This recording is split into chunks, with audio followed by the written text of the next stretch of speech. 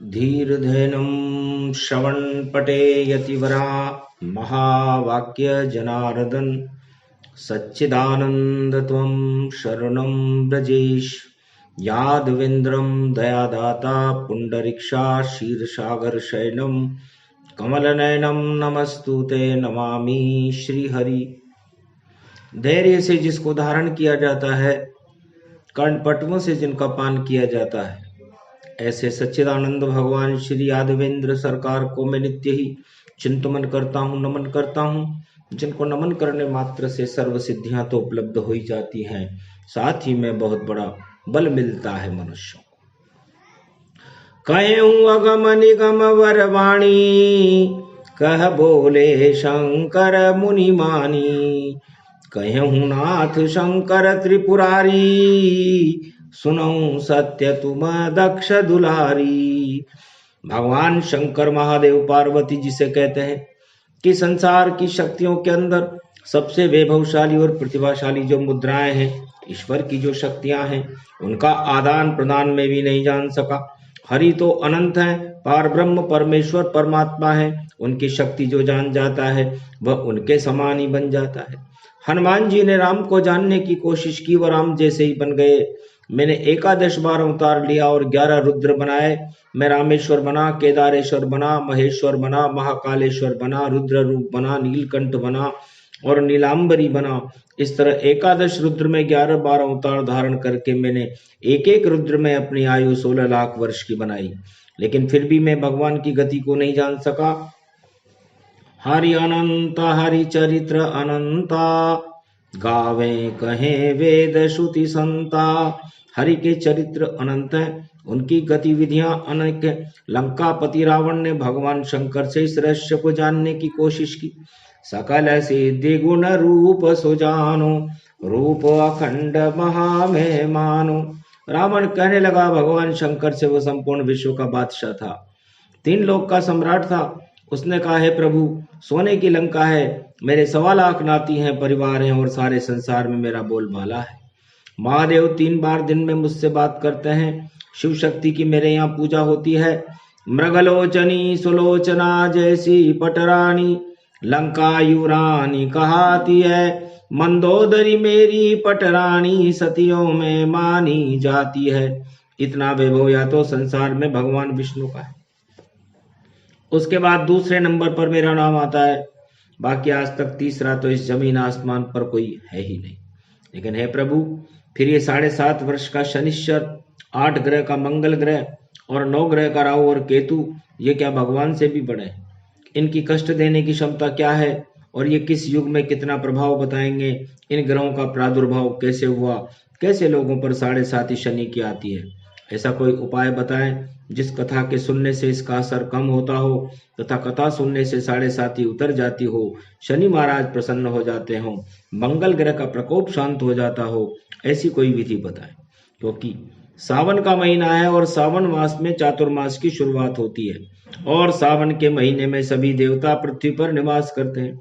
इसलिए हे भोले शंकर भगवान, मैं आपकी शरण हूँ, मैं आपका प्रिय शिष्य हूँ, आप मेरी मदद करें। मेरा रात और दिन देवताओं से संघर्ष होता रहता है, लड़ाई होती रहती है। देवताओं से मैं कभी न हारूं, कभी मरूं नहीं नर वानर से, ऐसा मुझको वरदान करो। भय रहित भक्ति मुझको दीजिए और स्वामी मेरा कल्याण करो।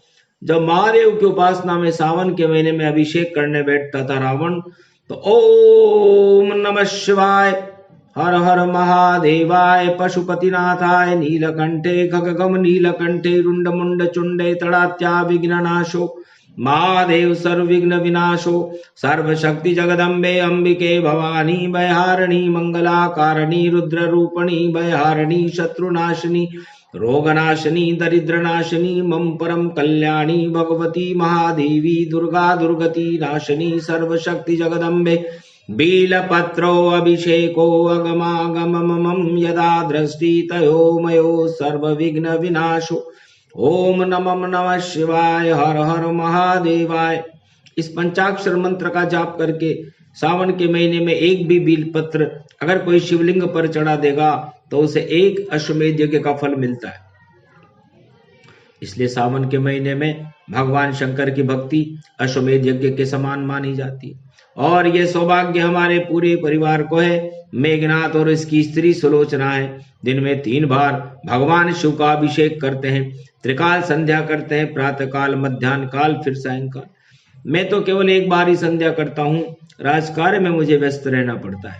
मेरी स्त्री मंदोदरी 3 बार संध्या करती है। मेरा भाई कुंभकर्ण वर्ष में 1 बार संध्या करता है, क्योंकि 1 वर्ष में सावन 1 बार ही आता है और मेरा भाई 6 महीने में उठता है। इसलिए 1 वर्ष में कुंभकर्ण 1 बार आहार करता है, 1 बार पाठ करता है, लेकिन 1 लाख अश्वमेध यज्ञ को 1 ही बार में पूरा कर देता है। अर्थात 1.25 लाख बेलपत्र के वृक्ष के पत्तों से महादेव को ढक देता है। वो 1.25 मन बेलपत्र रोजाना भगवान शंकर को चढ़ाता है। कुंभकर्ण तब महादेव हंसने लगे, पार्वती हंसने लगी। पार्वती कहने लगी, महाराज मैंने रावण को देखा, लेकिन रावण के भाई को कभी नहीं देखा। तब महादेव बोले, पार्वती उसे देखकर करोगी क्या? ये दोनों भाई भगवान विष्णु के कृपा पात्र हैं। कुंभकर्ण बहुत वैभवशाली व्यक्ति है। 6 महीने का भोजन एक ही दिन में खाकर सो जाता है और 6 महीने बाद उठता है। वर्ष में केवल 2 बार भोजन करता है, सावन में, सावन शुक्ल पक्ष पंचमी नाग पंचमी को, तथा कार्तिक मास में कार्तिक शुक्ल पक्ष पंचमी को, तथा फिर 2 बार ही उसके बाद सो जाता है। तब रावण ने महादेव से कहा, गुरुदेव थोड़े दिन बाद ही मेरा भाई कुंभकर्ण जगने वाला है, वह नाग पंचमी ऋषि पंचमी को जगेगा। इसलिए मेरे भाई की तैयारी के लिए 80,000 एकड़ भूमि में मैंने बेलपत्र के पौधे लगा रखे हैं और रुद्राक्ष के पौधे लगा रखे हैं। वह इन सबको तोड़ मरोड़ कर महादेव के ऊपर अभिषेक कर देता है। उमा जी को डर लगने लगा। वह सोचने लगी कि ऐसा न हो कि हमारा कोई भक्त इस कुंभकर्ण से भिड़ जाए तो फिर इसे विजय कैसे करेंगे। महादेव कहने लगे, उमा चिंता मत करो, भगवान बड़ा समर्थ होता है, उसके सामने किसी की विद्या नहीं चलती। चाहे वह कितना भी विद्वान हो, उसकी भी विद्या ईश्वर के आगे नष्ट हो जाती है। धनवानों का धन नष्ट हो जाता है, बल वालों का बल नष्ट हो जाता है, राजाओं का राजपद समाप्त हो जाता है। जिसको देना चाहे भगवान पल भर में राज दे देते हैं, और जिसको भी मिटाना चाहे वह पल भर में नष्ट कर देते हैं। तो समर्थ को नहीं दोष गुसाई,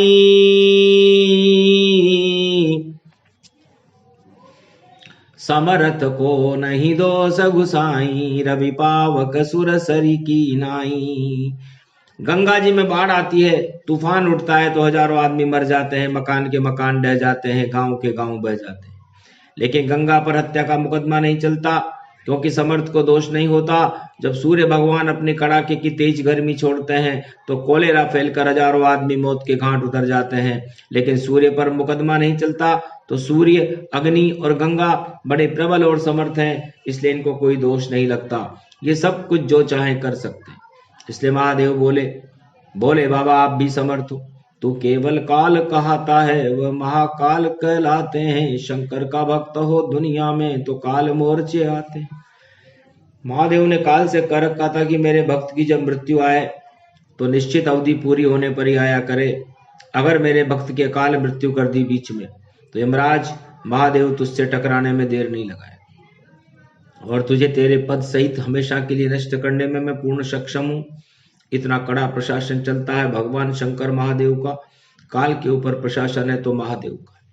इसलिए उमा भगवती कहती है, हे रावण, अगर तुम शनि से मुक्ति चाहते हो, राहु से मुक्ति चाहते हो, मंगल से मुक्ति चाहते हो, ऐसा आग्रह जगत नहीं दूजा, नित उठ करो सदा शिव पूजा। जब सोमवती अमावस्या पड़े या शनिवार अमावस्या पड़े या सावन के महीने में जब भी कोई शुभ सोमवार या शनिवार हो, उस दिन इस कथा को तुम सपरिवार सुन लेना। जिनकी भी 7.5 वर्ष का शनि लग रहा हो, मंगल ग्रह चूड़े पर हो, जिस स्त्री के लग रहा हो, राहु ग्रह 8वां हो, या क्रूर ग्रह जिसके भी खराब होकर लग रहे हो, उन सभी को जिंदगी में ये कथा केवल 1 बार सुना दो। फिर पूरी जिंदगी में उस कथा सुनने वाले पर इन ग्रहों का कोई असर ही नहीं हो पाएगा। ये सभी क्रूर ग्रह कथा सुनने वाले से प्रसन्न हो जाएंगे। अगर ये सभी क्रूर ग्रह आपको नुकसान देने वाले हैं तो फायदा देने लग जाएंगे। उच्च का शनि लग जाएगा। शनि भगवान ने वरदान दिया महादेव जी की, बाबा अगर आपकी ये कथा अगर कोई भी कर लेगा सावन के महीने में तो उसके परिवार में 7 पीढ़ी तक 7.5 वर्ष का शनि नहीं लगेगा, और मैं उसको आशीर्वाद भी देता रहूंगा तथा उसका कल्याण करता रहूंगा। क्योंकि शनि की 7.5 अर्थात जो शनि ग्रह है मंगल ग्रह है, इसमें मंगल ग्रह के लिए विदेशी मुल्क अनुसंधान कर रहे हैं इस कलयुग में। पर मशीनों और यंत्रों से इन ग्रहों का अनुसंधान करना दूसरी बात है। लेकिन जब भी मंगल ग्रह का फोकस या किरण पड़ती है मनुष्य के दिमाग पर, मस्तिष्क पर, तो उनके मस्तिष्क में नमक की तरह नमी आ जाती है। उस नमी से दिमाग खराब होता है और उल्टे सीधे कार्य करते हुए मनुष्य मंगल ग्रह की किरण के प्रभाव से अपना जीवन बर्बाद कर लेता है। राष्ट्र के राष्ट्र तबाह हो जाते हैं, खून की नदियां बहा देता है मंगल ग्रह, और विश्व में दंगल मचाने में पूर्ण सक्षम होता है मंगल। इस तरह शनि ग्रह है, यह ग्रह पृथ्वी के नजदीक है। और शनि महाराज पृथ्वी के लोगों पर ज्यादा असर क्यों करते हैं? क्योंकि पृथ्वी से नजदीक ग्रह शनि महाराज है। और शनि जिस राशि पर 7.5 वर्ष के होकर भ्रमण करते हैं, या 2.5 वर्ष के शनि जिस पर शनि आ जाए, उसे शनि की ढैया कहते हैं। तो फिर वह शनि ऐसी राशि वाले मनुष्यों से उल्टे कार्य करवाना शुरू कर देता है। महादेव जी से दिलचस्पी के साथ उमा जी ने पूछा, रावण ने पूछा, महाराज क्या शनि महाराज साक्षात प्रकट होकर भी किसी मनुष्य पर आए? शनि महाराज का सबसे पहले असर किस पर हुआ? बड़ा रोचक विषय था। महादेव जी कुछ हास्य विनोद की मुद्रा में थे। महादेव भी मौज में आ गए, कहने लगे, हे उमा जी, मैं इस घोर कलयुग में तुम्हें आज शनि महाराज की परम पावनी कथा सुना दूं।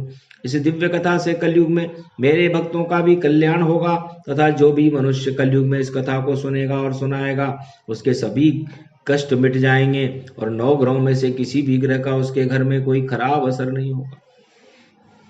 जब जगत पिता परमात्मा की कथा हो रही हो, स्वयं भोलेनाथ की कथा हो रही हो, तो 9 ग्रह भी एक स्वर में कह रहे हैं कि महादेव बाबा, जो भी आप कह रहे हो उसमें हमारी भी सहमति है। यदि ये कथा कोई सुनेगा या सुनाएगा, और अगर उसके 9 ग्रह में से कोई भी ग्रह या सारे ग्रह अशुभ फल देने वाले हों, तो कथा के प्रभाव से उसे तत्काल ही शुभ फल कथा सुनते ही देने लग जाए। ये इस दिव्य कथा का प्रत्यक्ष चमत्कार होगा। शनि ग्रह फिर 7.5 का नहीं आएगा, वो फिर 18.5 का हो जाएगा और लाभ देने लगेगा। मंगल से कहेंगे तुम 8वां मंगल होकर चूड़े पर जा रहे हो, तब मंगल उसे विधवा नहीं अमर कर देगा। राहु कहता है हम फिर लड़ाई झगड़े क्यों करवाएंगे, हम तो उस पर फूल बरसाएंगे, क्योंकि महादेव की कथा हो रही है। इसलिए भोले शंकर महादेव से संपूर्ण त्रिलोक में ऐसा कोई क्रूर ग्रह नहीं जो नहीं डरता हो। अब डरते क्यों हैं? इसका कारण और ये प्रश्न रावण ने महादेव से पूछा, महाराज ये सभी 9 ग्रह आपसे डरते क्यों हैं? क्या कभी इन ग्रहों का आपसे पाला पड़ा? तब महादेव कहने लगे, रावण तुम अभी बच्चे हो, और महादेव से ऐसा कोई ग्रह नहीं जिसका पाला महादेव से न पड़ा हो। इंद्र का पड़ा, विष्णु का पड़ा, और ब्रह्मा चक्कर खाता है। भोले का जहां पर डमरू बजे संसार नाच वहां जाता है। ओम डमम डमम डम डम डोरू, भोले की बजे जब डम डमरू, शिव शक्ति का घुंघरू बज जाए, और त्रिलोक भी वहां थर थर खाए। जब भगवान शंकर का डमरू बजता है तो संपूर्ण त्रिलोक थर थर खाने लगता है। एक समय की बात है, ब्रह्मा जी ने सृष्टि रचना की, स्वयंभू मनु ने सृष्टि रचना की। उस समय सबसे पहले रुद्र रूप में सृष्टि पर महादेव का जन्म हुआ। तो ब्रह्मा जी ने कहा, विष्णु ने कहा, शिव जी ने कहा, सबसे पहले शनि ग्रह ने को पैदा किया, और शनि ग्रह ने इन तीनों देवताओं से कहा कि हम पृथ्वी पर सृष्टि की रचना कर रहे हैं। लेकिन है शनि ग्रह जो उन्मादी हो, पापी हो, उन सबको दंड देने के लिए यमराज बनाकर हम तुम्हें भेजेंगे। यानी तुम संपूर्ण त्रिलोक को दंड देने वाले सबसे बड़े जज हो, न्यायाधीश हो। जो भगवान की भक्ति नहीं करे, उसके घर में शुभ कर्म नहीं होते हो, दान पुण्य नहीं करता हो, उसको और उसके परिवार को कठोर से कठोर दंड देने वाले तुम सबसे बड़े दंडनायक हो। इसलिए सभी 9 ग्रह भगवान के विशेष प्रशासनिक अधिकारी हैं। इनके कार्यालय इनके नाम से शोभित ग्रहों पर 24 घंटे कार्यरत रहते हैं। इसलिए इनको भगवान ने सुप्रीम पावर, विशेषाधिकार प्रदान कर रखे। तुम जिनको चाहो कठोर दंड दो, और शनि महाराज को तो विशेष अधिकार दिया कि तुम दुष्ट और पापियों को इतना कठोर दंड दो कि उनकी 7 पीढ़ियां भी तुम्हें याद करने लगे। लेकिन है शनि ग्रह और 9 ग्रह, तुम इतना संकेत हमेशा याद रखना कि स्वयं तुमसे महादेव कह रहे हैं कि सावन की कथा जहाँ हरि होवे, अभिषेक सदा ही चलता हो, जहाँ हरि की चर्चा होती हो, जहाँ हरि का कीर्तन होता हो। ऐसी 5 जगह पर तुम भूल कर भी मत जाना जहाँ सावन के महीने में अभिषेक जिस घर में होता हो, रामचरितमानस का पाठ जिसके घर में सावन के महीने में होता हो, यह सत्यनारायण की भगवान की कथा जिस घर में श्रद्धा से होती हो, जिस घर में भगवान की पूजा अर्चना और भगवान के भजन होते हो, गरीबों को जहाँ दान दिया जाता हो और परित में जिनका जीवन रहता हो, ऐसे महापुरुष और सज्जनों के यहाँ तुम भूल कर भी मत जाओ। शनि वहां पर जहाँ ये कथा महादेव उमा जी और रावण को सुना रहे थे कैलाश पर्वत मान सरोवर पर, उस सभा में हनुमान जी भी विराजमान थे। तब ब्रह्मा विष्णु महेश ने एक स्वर में हनुमान जी से कहा, बजरंग बली तुम शनि ग्रह का परीक्षण करो कि दुनिया में रह सकता है या नहीं रह सकता। और उधर शनि ग्रह को ब्रह्मा विष्णु महेश ने सबल शक्ति देकर भगवान महादेव से कहा कि हे शनि ग्रह, तुम सबसे पहले बजरंग बली के पास जाओ। तब ब्रह्मा विष्णु महेश और महादेव की आज्ञा से शनिदेव की शक्ति और बजरंग बली की शक्ति का परीक्षण शुरू हुआ। तब हनुमान जी की कर्क राशि पर शनि 7.5 का बनकर आया और शनि ने हनुमान जी से कहा कि हनुमान जी, मैं आपके पैरों पर 7.5 का शनि बनकर आ रहा हूँ। अब आपके पैर अवश्य टूट जाएंगे। आप मुझसे और मेरे शनि प्रभाव से सतर्क और सावधान रहना। तब हनुमान जी हंसने लगे। शनि ग्रह को देखकर उन्होंने शनि से कहा, राम दूत अतुलित बलधामा, अंजनी पुत्र पवन सुत नामा, 69 कर्म कर्म गति जाकी, राम भक्ति वे भव बलवाकी। हे शनि महाराज, तो सूर्य का पुत्र और मैं पवन पुत्र हूँ और दोनों की ताकत बराबर है। सूर्य का तेज भी तेज होता है, लेकिन आंधी तूफान का बवंडर फैल जाए तो एक पल में सारे संसार को पत्ते की तरह उड़ा देता है। इसलिए इस शक्ति परीक्षण में टक्कर हम दोनों वीरों की है। तो मुझे मेरे ऊपर आने की तारीख बता और समय बता, किस समय आएगा। तब शनि ने कहा, मैं शनिवार अमावस्या के दिन के मध्याह्न काल के समय तेरे मस्तिष्क पर आऊंगा, क्योंकि मैं उल्टी दृष्टि चलता हूँ। 2.5 वर्ष माथे पर, 2.5 वर्ष पेट में, 2.5 वर्ष पाँव में रहता हूँ। तो मैं उतरते उतरते या तो पैर छुड़ा देता हूँ या फिर मौत के मुंह में यमराज के घर पहुंचा देता हूँ। और जिस पर मैं अनुकूल होता हूँ उसका राजयोग प्रबल कर देता हूँ, उसके पैर जमा देता हूँ। इसलिए अच्छे गुण भी शनि में है और बुरे गुण भी शनि में है। शनि की चेतावनी को सुनकर बजरंग बली शनि का इंतजार करने लगे। भजो राम सीता, भजो राम सीता, याही में भागवत याही में गीता। भजो राम सीता, भजो राम सीता, याही में भागवत याही में गीता। भजो राम सीता, भजो राम सीता, याही में भागवत याही में गीता। भजो राम सीता, भजो राम सीता, याही में भागवत याही में गीता। भजो राम सीता, भजो राम सीता, याही में भागवत याही में गीता। इस 2.5 अक्षर के ईश्वर नाम में सारी रामायण है। जितने चरित्र हैं भगवान के, राम और सीता जी के अंदर मौजूद हैं।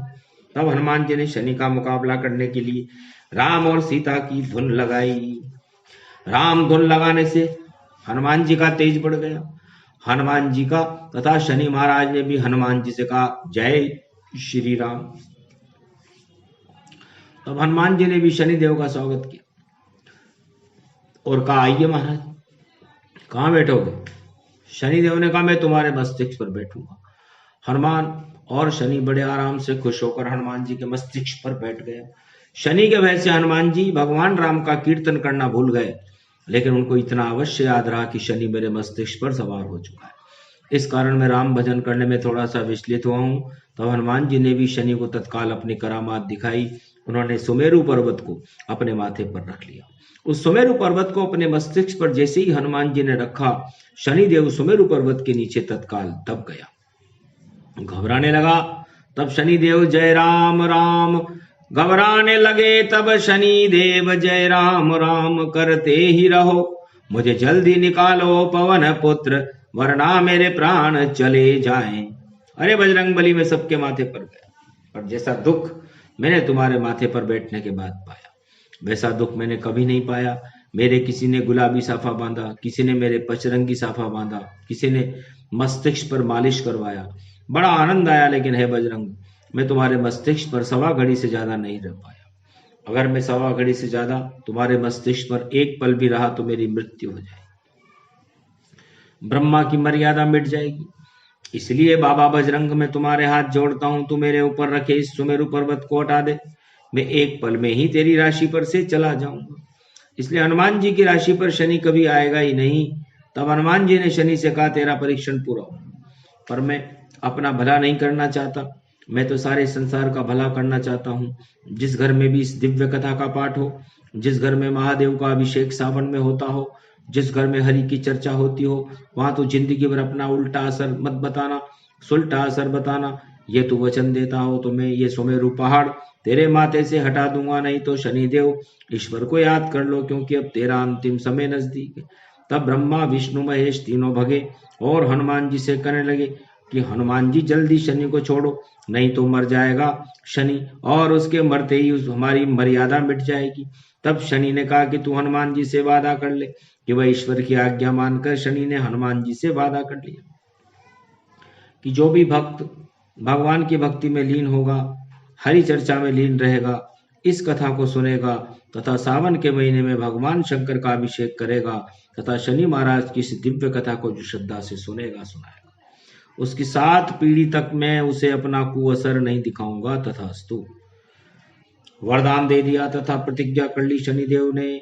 तब शनि से हनुमान जी ने कहा, शनि, मैंने तो तेरे पिता सूर्य को भी बचपन में गाल में दबा लिया था, तो हे शनि, तू तो उसका बच्चा है, जा मैं तुझे उस सुमेरु पर्वत के दबाव से मुक्त करता हूं। मुक्त होकर शनि ने हनुमान जी की तरफ मित्रता का हाथ बढ़ाया।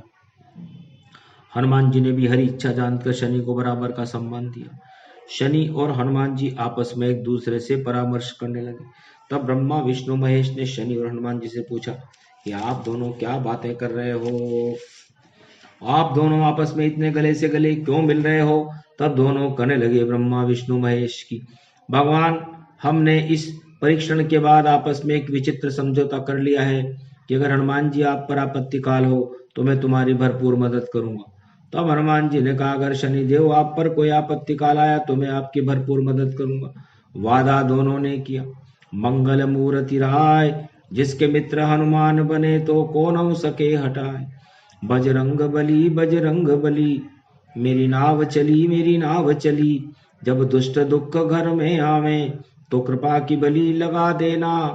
जब यम की त्रास लगे मुझको तो कृपा की बली लगा देना। जब मेरा काम बिगड़ता हो तो राम के यहाँ पहुंचा देना। लाखों की बिगड़ी बनाई है, मेरी भी बिगड़ी बना देना। दोनों ने पक्का वादा किया और ब्रह्मा विष्णु महेश अंतर ध्यान हो गए। शनि और हनुमान जी भी एक दूसरे से बिछुड़ गए। इस तरह प्रसंगवश शनि के जन्म का सारांश। 9 ग्रहों का अलग अलग परीक्षण सबसे पहले हनुमान जी ने किया, और जिस सूर्य के चारों ओर 9 ग्रह परिक्रमा करते रहते हैं, उस सूर्य को भी हनुमान जी ने गाल में दबाकर परीक्षण कर लिया था। इतने अतुलित बल है हनुमान, इसलिए 9 ग्रह हनुमान जी के परम मित्र हैं। इसलिए मंगलवार अमावस्या का दिन हो, शनिवार अमावस्या का दिन हो, उस दिन 1.25 किलो ज्वार की रोटी उसमें तेल भर करके हनुमान जी के माथे पर चढ़ा दे, तो फिर जिंदगी भर शनि उस व्यक्ति पर दृष्टि नहीं डालता। क्योंकि शनि और हनुमान जी दोनों ने मिलकर के तेल से भरे हुए 1.25 किलो के रोट खाए थे। 1.25 मणि इसी प्रसाद को कहते हैं। 1.25 मण का रोट हनुमान जी ने खाया और 1.25 मण का रोट शनि महाराज ने खाया, और शनिदेव और हनुमान जी दोनों दोस्त बन गए। दोनों ने एक स्वर में कहा कि ऐसा कोई रोट तुझे खिलाएगा तो हे शनि, तू उस खिलाने वाले के पास नहीं जाएगा। तब शनि ने कहा, मित्र हनुमान, मैं तुम्हारे से मित्रता का वचन निभाते हुए उसके पास नहीं जाऊंगा। तब हनुमान जी ने शनि से कहा, बोल जय श्री राम।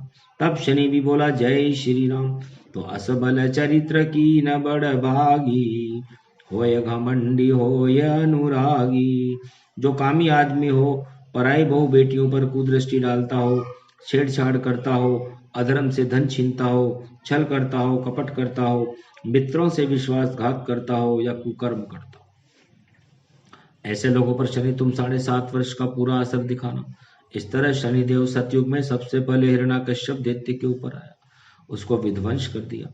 शनि महाराज ने फिर शनि प्रहलाद जी के ऊपर आया, उसके छक्के छुड़ा दिए, लेकिन भगवान की भक्ति के कारण प्रहलाद के पैर शनि ने ऐसे जमाए, उसको भारत का बादशाह बना दिया। बाप को शनि उल्टा आया।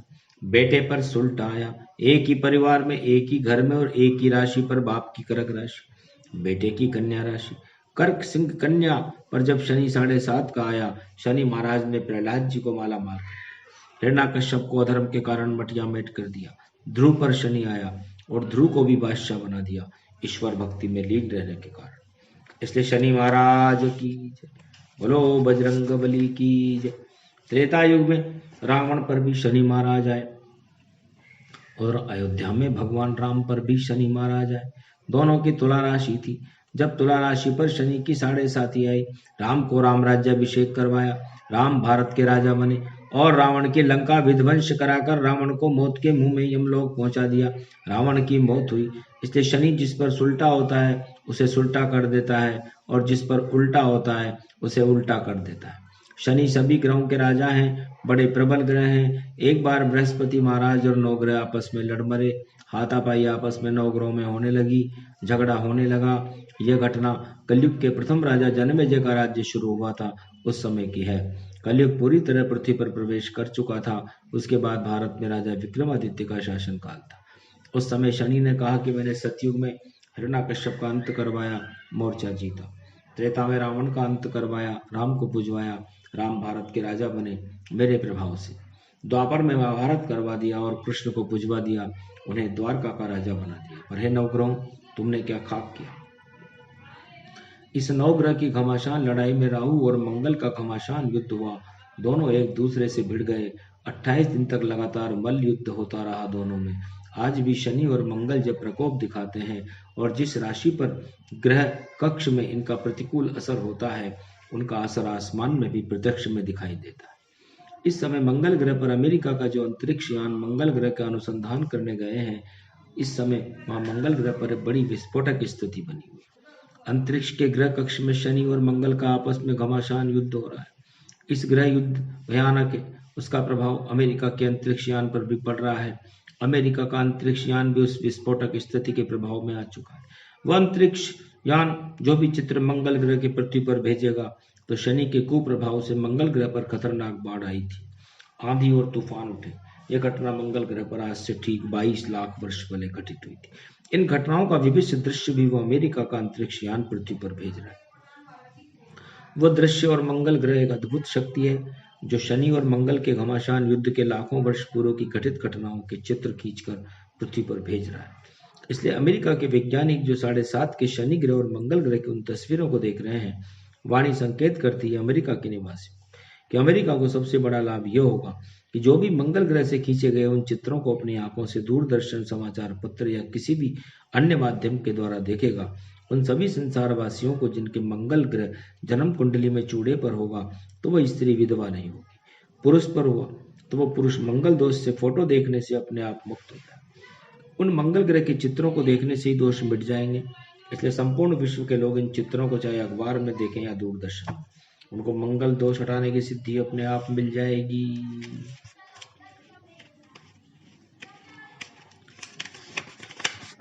इतना तेज अणु मंगल ग्रह का वो अमेरिका का अंतरिक्ष यान जो फोटो पृथ्वी पर भेज रहा है उसके साथ छोड़ रहा है, क्योंकि अंतरिक्ष यान में जस्ते की मात्रा अधिक है और जस्ते के अंदर मस्ती और उस मस्ती के अंदर मंगल ग्रह का प्रभाव है। इधर 9 ग्रह आपस में झगड़ रहे थे। उस समय 9 ग्रहों को झगड़ते देख ब्रह्मा विष्णु महेश एकत्रित हुए। वहां पंच फैसला हुआ। इन सबने मिलकर कहा कि 9 ग्रहों में सबसे बड़ा कौन है और छोटा कौन है। ये फैसले देवलोक में नहीं मृत्युलोक में होते हैं, क्योंकि तुम्हारा कार्य करने का क्षेत्र बैकुंठ नहीं मृत्युलोक है। पृथ्वी पर भारत खंड है, इसलिए तुम सभी 9 ग्रह जाकर किसी राजा पर चढ़ो। इस समय भारत में कलयुग चल रहा है। राजा विक्रमादित्य सत्य और न्याय करने में प्रसिद्ध हैं। वह ऐसा न्याय करते हैं न्यायमूर्ति बनकर कि दूध का दूध और पानी का पानी कर देते। स्पष्टवादी लोगों को कभी दुख नहीं होता और जो आपस में कानाफूसी करते हैं, पक्षपात करते हैं, उन सभी को दुख उठाना पड़ता है। इसलिए खुशामदी लोगों के पीछे नहीं रहना चाहिए। जो तटस्थ हों, सत्यवादी हों, सत्यवादियों की हमेशा जय जयकार होती है, सत्य की हमेशा जीत होती है, असत्य की हार होती है। इसलिए ईश्वर सत्य है, जगत मिथ्या है। इसलिए तुम सभी 9 ग्रह भारत में राजा विक्रमादित्य के तत्काल चले जाओ और विक्रमादित्य राजा के शासन में जाकर कहो, वह जो फैसला कर दे उसे स्वीकार करो, वह फैसला सत्य करेगा। तुम में से कौन ग्रह बड़ा है कौन छोटा है? वह जो फैसला करेगा उस ग्रह को वैकुंठ में भी बड़ा और छोटा मान लिया जाएगा। जब झगड़ा बड़ा वैकुंठ ब्रह्मलोक, वह विक्रम के घर पहुंचा डाला। राजा विक्रम को राज मद था, एक पंथ दो काम बना डाला। भगवान जब कोई काम करते हैं तो एक एक पंथ और दो दो काज वाली कहावत आश्चर्यचकित करते रहते हैं। चलो सखी जहां चले जहां बसे ब्रजराज, हरि दर्शन और माखन बेचे एक मंगल दो काज। द्वापर में जैसे ब्रजबालाओं ने कहा था कि यदि सखी वृंदावन चलो, जहां हमारा दूध भी बिक जाएगा, दही बिक जाएगा, हमें बांके बिहारी के दर्शन भी हो जाएंगे। राधा कृष्ण गोविंद की जय। इसलिए वाणी संकेत करती है कि सावन के महीने में एक बार बांके बिहारी के दर्शन कर ले वृंदावन में, तो दर्शन करने वाले के 100 जन्म के पाप नष्ट हो जाते हैं। इसलिए भारत में वृंदावन भूमि धन्य है। हरि वृंदावन धाम पार, भजे जा राधे राधे। या ब्रज भूमि सदा ब्रज ढाड़ी, सुनहु जननी जिन तेरी रन गाड़ी। बोले मधुसूदन गोपाल, लाल गुण कारो कारो है। हरि मथुरा को श्री घनश्याम, वेद जिन ते ये न्यारो है। किरीट मुकट कुंडल सुचियाला, गली पड़े वे जंती माला। सुंदर श्याम किशोर बिहारी बलदाऊ को भैया है। रसियो ठाकुर दीन दयाल, अरे जो कृष्ण कन्हैया है। ऐसे भगवान श्याम सुंदर की हम वंदना करते हैं। तुम सभी नवग्रह पले ब्रजवासियों के दरबार में जाओ। नवग्रह पले जाकर वृंदावन में तुम सब भगवान बांके बिहारी के दर्शन करो। फिर वहां से राजा विक्रमादित्य के राज्य में चले जाना। राजा विक्रमादित्य इस समय उज्जैन नगरी का राजा है और इस कलयुग में सारे भारत का राष्ट्राध्यक्ष। विश्व के 160 मुल्कों पर उसकी हुकूमत चलती है। सत्य का ही राज्य करता है, सत्य और न्याय का करता है और अन्याय का पर्दाफाश करके उन्हें दंड देता है। इसलिए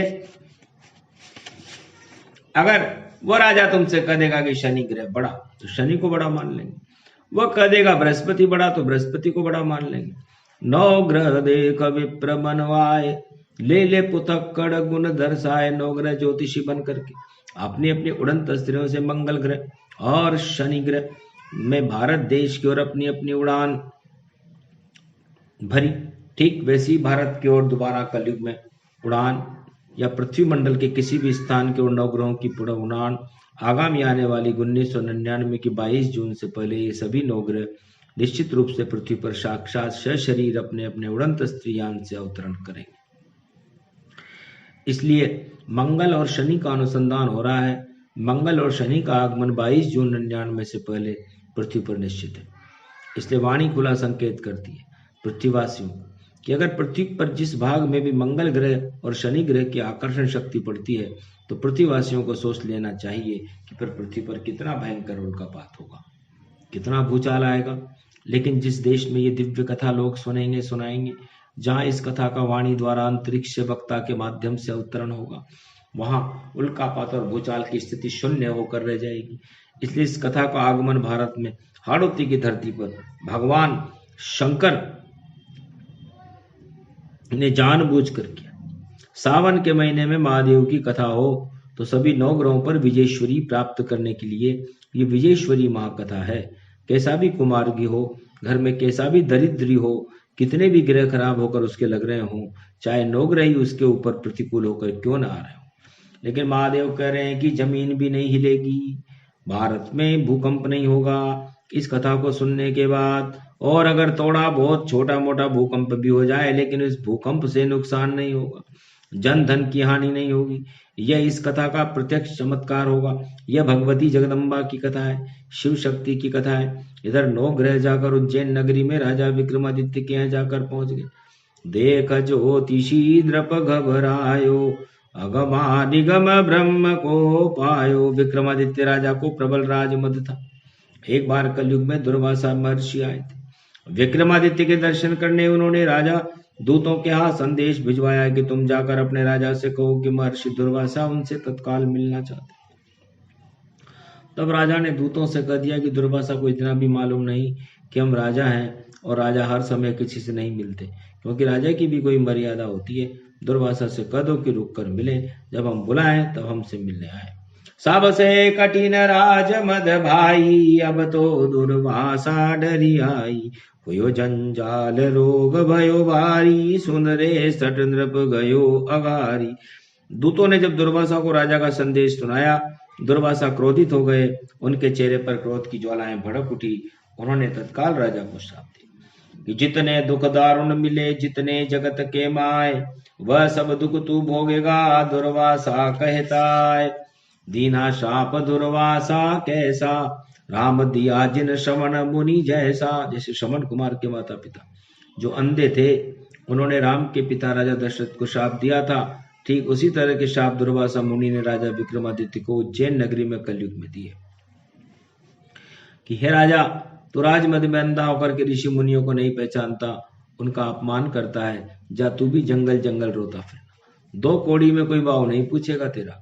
और दुर्वासा सीधे शाप देकर ब्रह्मा विष्णु महेश के पास जा पहुंचे, क्योंकि दुर्वासा इन तीनों महाशक्तियों के परम उपासक भक्त थे। दुर्वासा मुनि ने इन तीनों देवताओं से जाकर कहा कि मैं उज्जैन के राजा विक्रमादित्य को श्राप देकर आया हूं। तो ब्रह्मा विष्णु महेश ने दुर्वासा से एक स्वर में कहा कि दुर्वासा जी, तुम्हारा ये श्राप सच्चा नहीं हो सकेगा, इसलिए राजा विक्रमादित्य के पास 9 ग्रहों को भेजना चाहिए, शनि को भेजना चाहिए, क्योंकि जब तक राजा विक्रमादित्य पर 9 ग्रहों का असर नहीं होगा, उसका राजमद नष्ट नहीं होगा। तब 9 ग्रह ज्योतिषी बनकर हाथ में पुतक्कड़ लेकर उज्जैन नगरी की ओर बढ़ने लगे। उन्होंने एक साथ उज्जैन नगरी में प्रवेश किया। उज्जैन नगरी में सबसे पहले महाकालेश्वर महादेव के मंदिर में नवग्रह गए। महाकालेश्वर के शिव मंदिर में शिप्रा नदी के तट पर रोजाना शिव अभिषेक होता था। विक्रमादित्य का अब 9 ग्रह सोचने लगे कि राजा के राजमहल में जाएं तो कैसे जाएं, क्योंकि राजा तो महाकालेश्वर महादेव का महाअभिषेक कर रहे हैं। लेकिन बृहस्पति बहुत बुद्धिमान थे, उन्होंने सलाह दी कि हम राजा से मित्रता करके चलें, विरोध करके नहीं।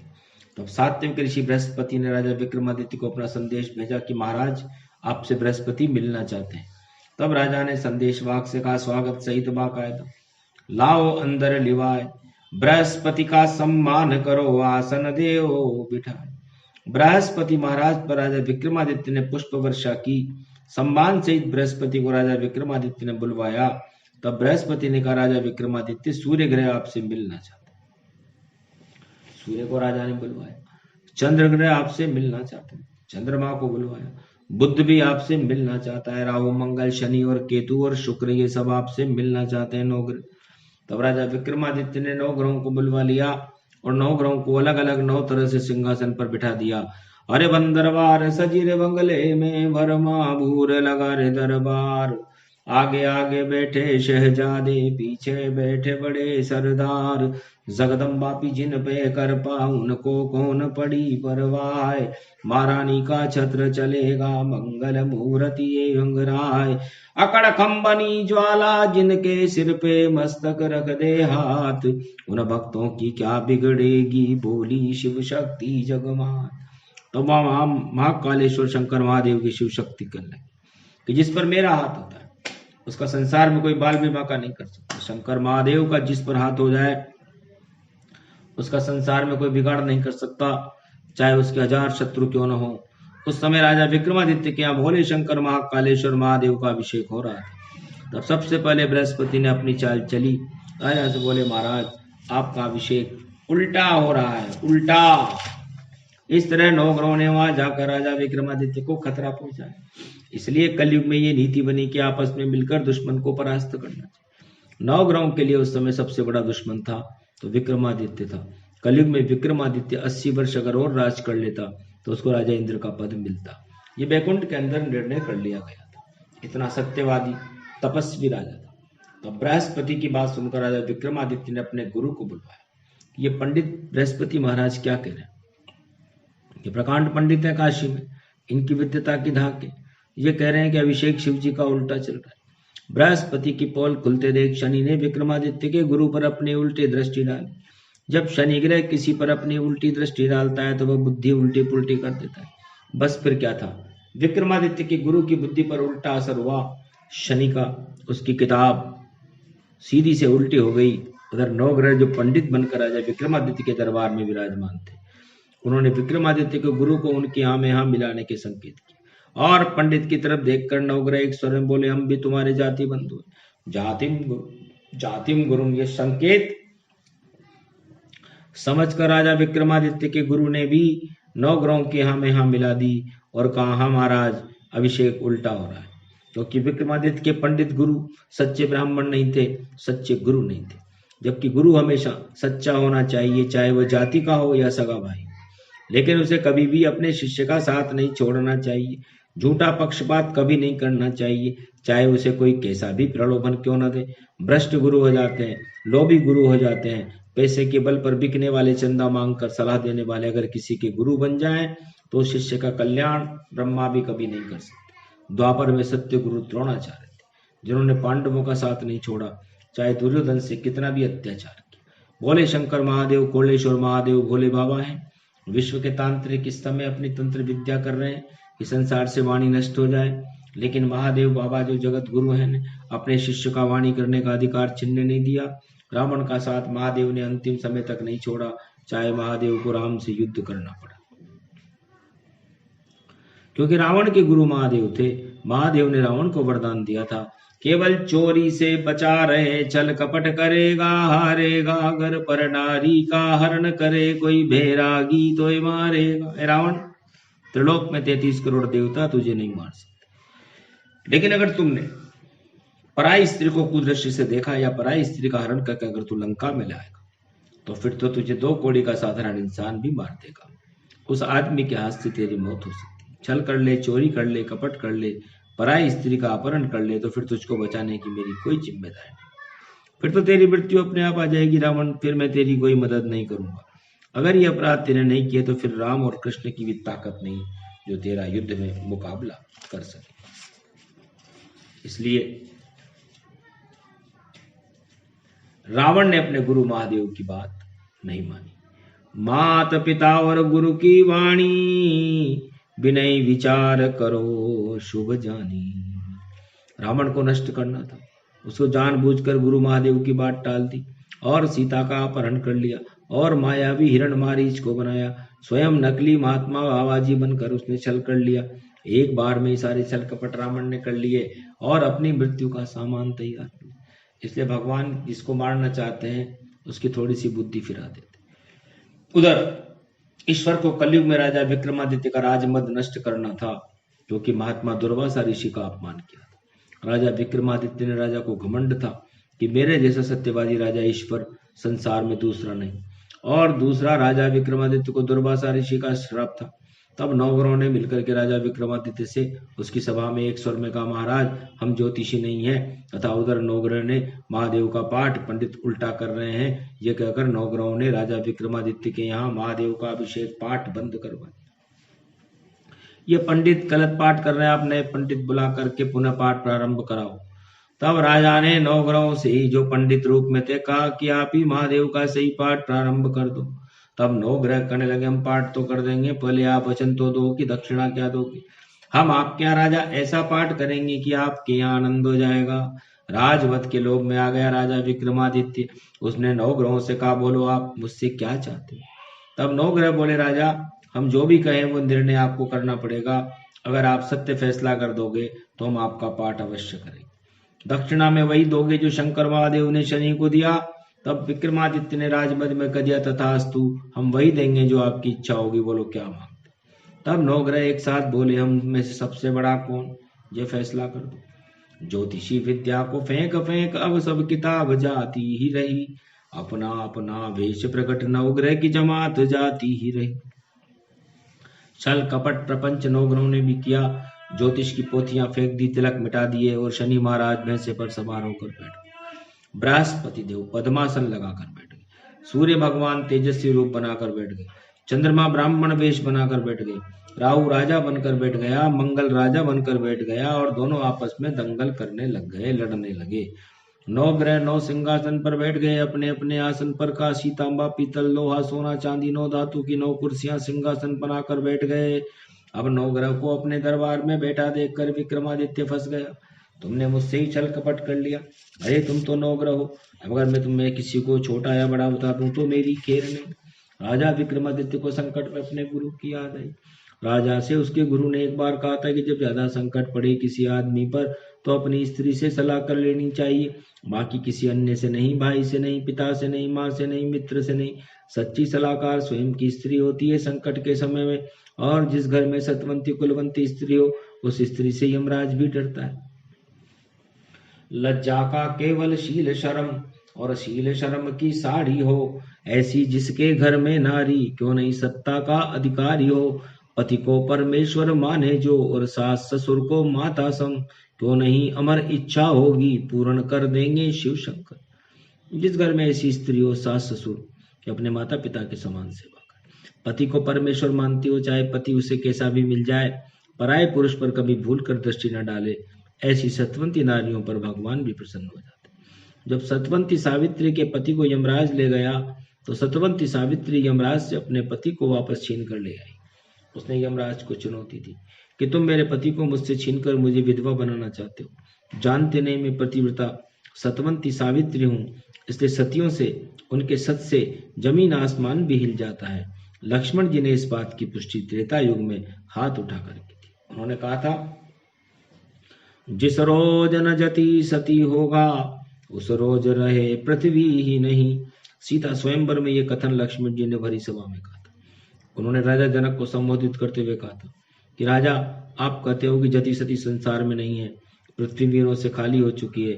मैं कह रहा हूँ राजा जनक कि संसार में जिस दिन जति और सती नहीं होंगे, ये जमीन आसमान आपस में मिल जाएंगे, पृथ्वी प्रलय हो जाएगी। जति सती तो हर युग में हमेशा रहेंगे, चाहे कलयुग हो या महाघोर कलयुग। उधर राजा विक्रमादित्य ने नवग्रहों से फैसला करने के लिए कुछ समय मांगा और फिर अपनी स्त्री से सलाह करने शयन कक्ष में चला गया। राजा ने नवग्रहों से कहा कि देखो भैया, आज एकादशी का दिन है, सावन महीने की शुक्ल पक्ष की एकादशी। उस दिन कोई फैसला करे तो एकादशी होने से भूखा रहना पड़ता है। इसलिए राजा विक्रमादित्य ने नवग्रहों से कहा, सावन शुक्ला एकादशी विष्णु का है रूप, यह कारण कथा करे नारायण की स्वरूप। हम दोनों स्त्री पुरुष महादेव का अभिषेक करते हैं सावन के महीने में। पहले हम एकादशी का अभिषेक कर लेते हैं, फिर कल प्रदोष का महादेव का व्रत होगा, पालना खोलेंगे, उसमें आप सब भी हमारे यहाँ भोजन करना, हम भी भोजन करेंगे, आप भी हमारे साथ भोजन करना। तब उस समय आप सभी का फैसला कर देंगे। तब नवग्रह राजा से बोले, चाहे हमें आपके यहाँ 12 महीने लग जाएं, हम आपसे फैसला करवा कर ही वापस जाएंगे, नहीं तो वैकुंठ में भगवान हमें बैठने के लिए सिंहासन नहीं देंगे। तो नवग्रह आगे चाल राजा की और नवग्रह आगे चाल। इसलिए नवग्रहों और चाल चल रही थी।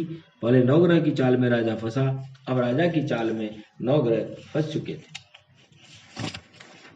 इसलिए कहा गया है कि सत्यवादी नवग्रहों को भी फंसा लेते। गुरु की शक्ति ने नवग्रहों को फंसा दिया, क्योंकि राजा विक्रमादित्य के गुरु सत्यवादी थे। गुरु शक्ति ने जब अपने शिष्य राजा विक्रमादित्य को संकट में देखा तो गुरु ने राजा की मदद की और नवग्रहों को राजा विक्रमादित्य की चाल में फंसना पड़ा। और गुरु ने नवग्रहों को चेला बनाकर रख दिया और नवग्रहों से कह दिया कि फैसले के लिए कल तक का इंतजार करो। इधर राजा अपनी रानी के पास महल में चला गया। वहां जाकर राजा विक्रमादित्य ने अपनी रानी से कहा, आज प्रिया गमगीन निराशा, नहीं भोजन की परम अभिलाषा। जब महारानी ने राजा से कहा, भोजन शुरू कीजिए महाराज, तब राजा भोजन करने से इनकार हो गया। राजा की आंखों में आंसू आ गए। स्थिति की गंभीरता को देखकर महारानी राजा के बाहुपाश में बंध गई और राजा से कहने लगी, महाराज मैं आपकी महारानी हूं। जिस राजा की रानी का सुहाग खतरे में हो उसे जीवित रहने का कोई अधिकार नहीं। बोलो महाराज, आप पर कौन सा संकट आ गया? राजा कहने लगा, प्रिया, न हम पर राज संकट है, न देश पर कोई संकट है, न घर का कोई संकट है, धन का संकट है, लेकिन संकट केवल इतना सा है कि आज 9 ग्रह हमारे यहाँ मेहमान बनकर आए हैं। अब एक ग्रह ही जमीन आसमान को हिला देता है। अगर इन 9 ग्रहों ने आपस में मिलकर कोई उपद्रव कर दिया तो हम मटिया बैठ जाएंगे। तब रानी ने कहा, महाराज, शत्रु को आदर सदा पर गमनी पतनार, पर नारी पेनी छुरी मती लगाओ सार। देखो महाराज, मैं 5 बात आपको सिखाती, अगर ये 5 अवगुण आप नहीं करोगे तो 9 ग्रह का पर्दा भी आ जाए, आपका कुछ भी बिगाड़ नहीं कर सकता। पर नारी पेनी छुरी मती लगाओ अंग, काली नागिन से ज्यादा विष भरी है, उड़ जाएगी पतंग। जब 9 ग्रह घर में आ गए हों, ग्रह खराब हों, तो मेरी आपको सलाह, आप किसी भी पराई स्त्री से बात मत करो। चाहे वह कितने भी विश्व सुंदरी क्यों ना हो। पराये धन का अपहरण मत करो, चोरी मत करो, अन्याय मत करो, भगवान की सत्संग हो रही हो तो उसका परित्याग मत करो, सत्य नारायण की कथा हो रही हो उसके प्रसाद का परित्याग मत करो, यानी दोष मत करना। फिर नवग्रह हमारा क्या करें, क्योंकि दोष के ऊपर रोष है और ये नवग्रह काले सांप की तरफ फुकारे बढ़ते हैं, चोट होते ही ये अपना असर दिखाते हैं। इसलिए खोट पर चोट लगती है, बाकी खोट तो खोटी होती है। सोने पर कभी काली मां नहीं लगती, उसकी खोट ही काली होती। इसलिए सत्य महापुरुषों का नवग्रह क्या करेंगे, आप नवग्रहों से जाकर कह दो महारानी साहिबा आप सभी नवग्रहों को भोजन कराना चाहती। राजा ने जाकर नवग्रहों से कह दिया कि मैं एकादशी पर्व पर महादेव का अभिषेक करने जा रहा हूँ, आप महारानी साहिबा आपके सम्मान में भोजन दे रही। ये सुनकर नवग्रह खुद फंस गए, क्योंकि महारानी तो महाशक्ति थी, जगदम्बा की उपासना करती थी। एकादशी का उपवास करके उसने सागार तो एक तरफ बनाकर रख दी, 56 भोग बनाकर एक तरफ रख दी। तब महारानी ने नवग्रहों से पूछा आप सागार करोगे या 56 भोग आपको परोसो। अब नवग्रह आपस में टकराने लगे। तब बृहस्पति ने कहा एकादशी निर्जल निहारम, एकादशी को अन्न का आहार करना पाप है। उधर खिचड़ी बनाकर रखी थी। तब दूसरा ग्रह करने लगा एकादशी को चावल खाए उतनी इल्टें खानी पड़ती है, इस दिन खिचड़ी नहीं खानी चाहिए। खिचड़ी की सरकार, खिचड़ी की दरकार, खिचड़ी का दर, खिचड़ी का घर, ये सब तहस नहस होते। आज नहीं तो कल, कल नहीं तो आज इनको मिटते देने लगते। ये दिखते तो बहुत सुंदर है, चावल पापड़ मंगूड़ी और मूंग की दाल से जो खिचड़ी बनती है वो सुंदर और स्वाद में तो अच्छी होती है, लेकिन उस खिचड़ी को चढ़ने में 1 घंटे से ज्यादा का समय नहीं लगता। इसलिए वाणी संकेत करती है कि संसार में जहां भी खिचड़ी सरकारें बनती हैं या बनाई जाती हैं, ईश्वर के यहाँ उनकी कोई आयु नहीं होती, उनकी आयु किसी भी क्षण क्षीण हो जाती, कभी भी उनका पतन अवश्य होता है, क्योंकि सबसे बड़ी सरकार तो वह होती है। जैसे मोदक प्रिय हनुमान को बजरंग भोग लगाए, लोढ़ी भाटा से कूट कूट कर पहले बुरा बनाए, मोदक प्रिय च ब्राह्मणा। जैसे ब्राह्मणों को ठोस बापले लड्डू का भोजन मिल जाए तो फिर उनको 12 घंटे तक भूख नहीं लगती। इसलिए वाणी शनिदेव की कथा में संकेत करती है कि जो भी सरकार बनाई जाए उस सरकार को अच्छी तरह ठोक बजा कर बनाया जाए। ऐसा ठोक ठाक कर बनाया गया राज या सरकार कभी नष्ट नहीं होती, लेकिन खिचड़ी सरकार को तो कोई भी नष्ट कर सकता है। ये वाणी का कथा प्रसंग में भी महत्वपूर्ण संकेत है। उधर नवग्रह आपस में झगड़ने लगे कि हम कुछ नहीं खाएंगे। उनमें आपस में झगड़ा हो गया, राजा के राजमहल से निकल गए। धन्य है सतवंती करामात भोजन से उनको भगा दिया। ऐसी कुलवंती महारानी जिसके घर में हो, जिसने 9 ग्रहों को उलझन में डालकर राजमहल से भगा दिया। उधर 9 ग्रह राजा के राजमहल से भागकर सीधे भगवान विष्णु के यहाँ जा कहने लगे महाराज राजा विक्रमादित्य के यहाँ तो उसकी महारानी बहुत चालाक स्त्री है, उसने तो भोजन के बहाने हम 9 ग्रहों को आपस में लड़ा दिया, हथियार हमारे आपस में ही चलने लगे, मारकाट शुरू हो गई। 9 ग्रहों की बातें सुनकर ब्रह्मा विष्णु महेश बैकुंठ में कह लगा, हमने तुम्हें भेजा था वहां लड़ाई करवाने, पर हुआ उल्टा, आप अब खुद ही आपस में झगड़ने लगे। सोच में पड़ गए ब्रह्मा कि कैसे ग्रहों को बना दिया। एक नारी से मात खाकर आ गए, हमने भेजा था उनको वहां झगड़ा करवाने, लेकिन यहाँ खुद वहां जाकर झगड़ने लगे। तब 9 ग्रहों से ब्रह्मा जी ने कहा कि पहले तुम हनुमान जी से पिट कर आए, अब एक सती महारानी से मात खाकर आए और अपना रोना लेकर फिर हमारे पास आए। आप सत्यवादी मनुष्यों को सताने जाते क्यों? जब आप जानते थे कि राजा विक्रमादित्य की महारानी सतवंती है तो फिर उसके सामने गए क्यों? आप महारानी को 2 टूक जवाब दे देते कि हम राजमहल में भोजन ग्रहण नहीं करेंगे, और राजा से कह देते कि राजा हम केवल तेरे हाथ से भोजन करेंगे, महारानी के हाथ का नहीं, बुद्धि रखा करो थोड़ी, तुम 9 ग्रह हो। और ब्रह्मा जी 9 ग्रहों से नाराज हो गए। तब ब्रह्मा जी के सामने 9 ग्रहों ने एक साथ शपथ ग्रहण की, हम आज से ही संसार में किसी के यहाँ भोजन ग्रहण नहीं करेंगे, अब हमारा भोजन गरुड़िया ग्रहण करेगा।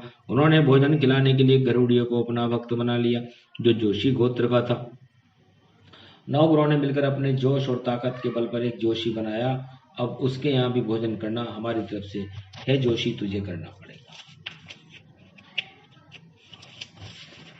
और एक गरुड़िया बना दिया। उसने कहा कि तू शमशान में भी भोजन करेगा, ताकि हम पर कोई तांत्रिक विद्या का असर न फैला सके। इसलिए विक्रमादित्य राजा का पहला परीक्षण 9 ग्रह नहीं कर सके, असफल होकर के लौट गए। 9 ग्रह फिर दोबारा राजा विक्रमादित्य का परीक्षण करने आए, लेकिन 9 ग्रह अब की बार बहुत सतर्क थे। तथा राजा विक्रमादित्य की महारानी अपने पिता से मिलने पियर गई हुई थी। नवग्रहों ने देखा कि राजा राजमहल में अकेला है। इससे अच्छा अवसर हमारे लिए इसके परीक्षण का और क्या हो सकता है। होनहार होकर रति, होनहार भावी प्रबल, बिसर जात सब सिद्ध, जैसी होनी होते वैसी उपजे बुद्ध। राजा का राज दरबार चल रहा था। नवग्रह के दरबार के अंदर ही सीधे पहुंच गए कि राजा के घर क्यों मिलते हो। ये राजा घर पर लिपापोती करता है।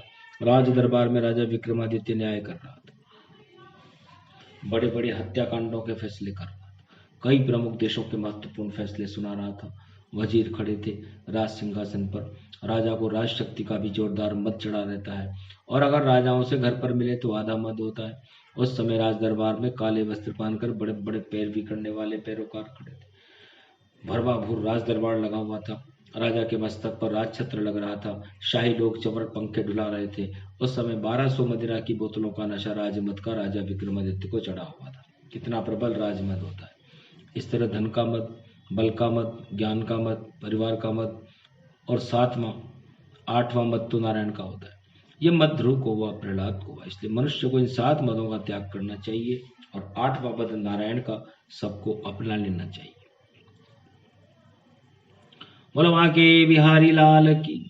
ठीक उसी समय नवग्रह राजा के पास जाकर कहने लगे, राजा हमारा फैसला सुनो, तुम बहुत न्याय करते हो, बताओ हम 9 ग्रहों में सबसे बड़ा कौन है। तब राजा ने कहा, तुम रोजाना ही रोते फिरते हो। उस समय राजा ने तत्काल फैसला सुनाया, जो सबसे एटा बेटा छोटा सिंहासन हो वह ग्रह सबसे छोटा है, बाकी बड़े हैं कोई।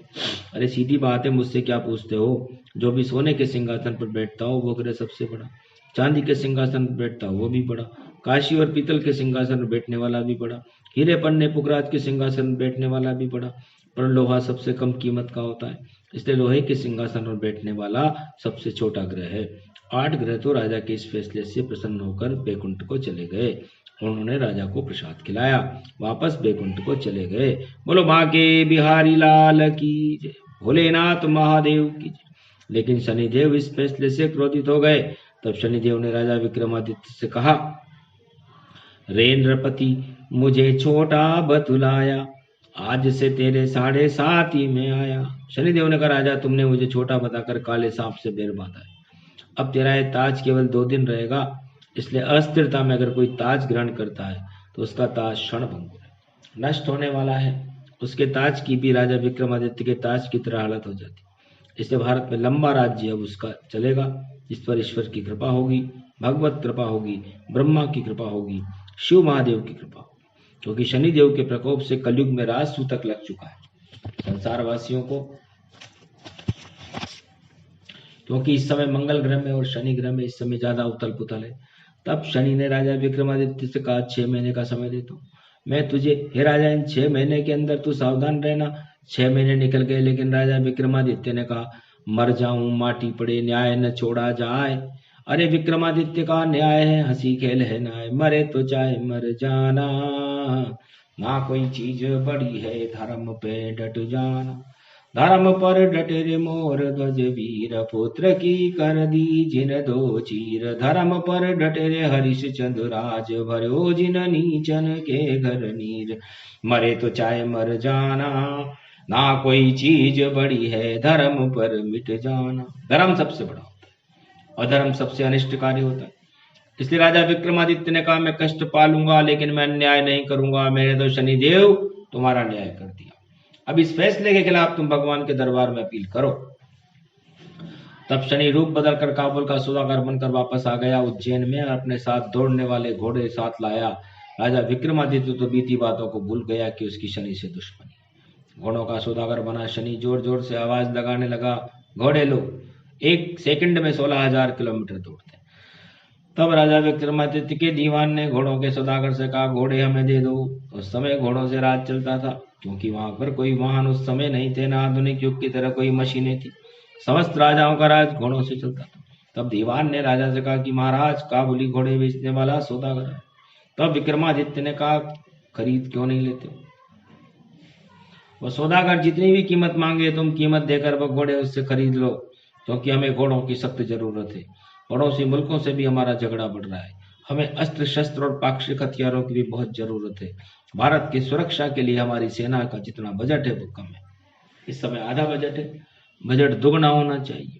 जब सुरक्षा बजट ज्यादा मंजूर कर दिया राजा विक्रमादित्य ने और कहा कि मुंह मांगी कीमत देकर तत्काल घोड़े खरीद लो, तब शनि बने सौदागर ने कहा, दीवान तो बनिया का बेटा है, सौदागर हम काबुल के हैं, हम केवल राजा से बात करते हैं, दीवान से नहीं। इसलिए राजा विक्रमादित्य को बुलाओ, क्योंकि शनि बने सौदागर को केवल राजा से मतलब था। विक्रमादित्य उलझन में था क्योंकि महारानी पियर गई हुई थी। अब सलाह किससे ले? महारानी की जगह उसकी दासी थी। तब राजा ने दासी से जाकर कहा, अरे दासी, एक सौदागर मुझे घोड़ा खरीदने के लिए बुला रहा है। तब दासी ने सलाह देते हुए राजा से कहा, महाराज, घोड़ा खरीदने से पहले आप स्वयं जाकर देखो, कोई भी वस्तु देखकर ही खरीदनी चाहिए महाराज। इससे राजा विक्रमादित्य ने नारी से सलाह लेकर दासी से सलाह ली। उसने अपने गुरु की बात तो मानी, पर बात आधी मानी, क्योंकि राजा की रानी उस समय पियर में थी। जब खोटे दिन आते हैं तो सब उल्टा हो जाता है, खोटा हो जाता है, और जब अच्छे दिन आते हैं तो सब अच्छा हो जाता है। दो कर जोरी विक्रम कह आयो, सौदागर पे दूत पठायो। तब राजा विक्रमादित्य सौदागर से कहता है कि घोड़े की कीमत क्या है। तब सौदागर बना शनि बोला, महाराज, हम हिंदुस्तानी सौदागर नहीं है, हम विदेशी सौदागर हैं।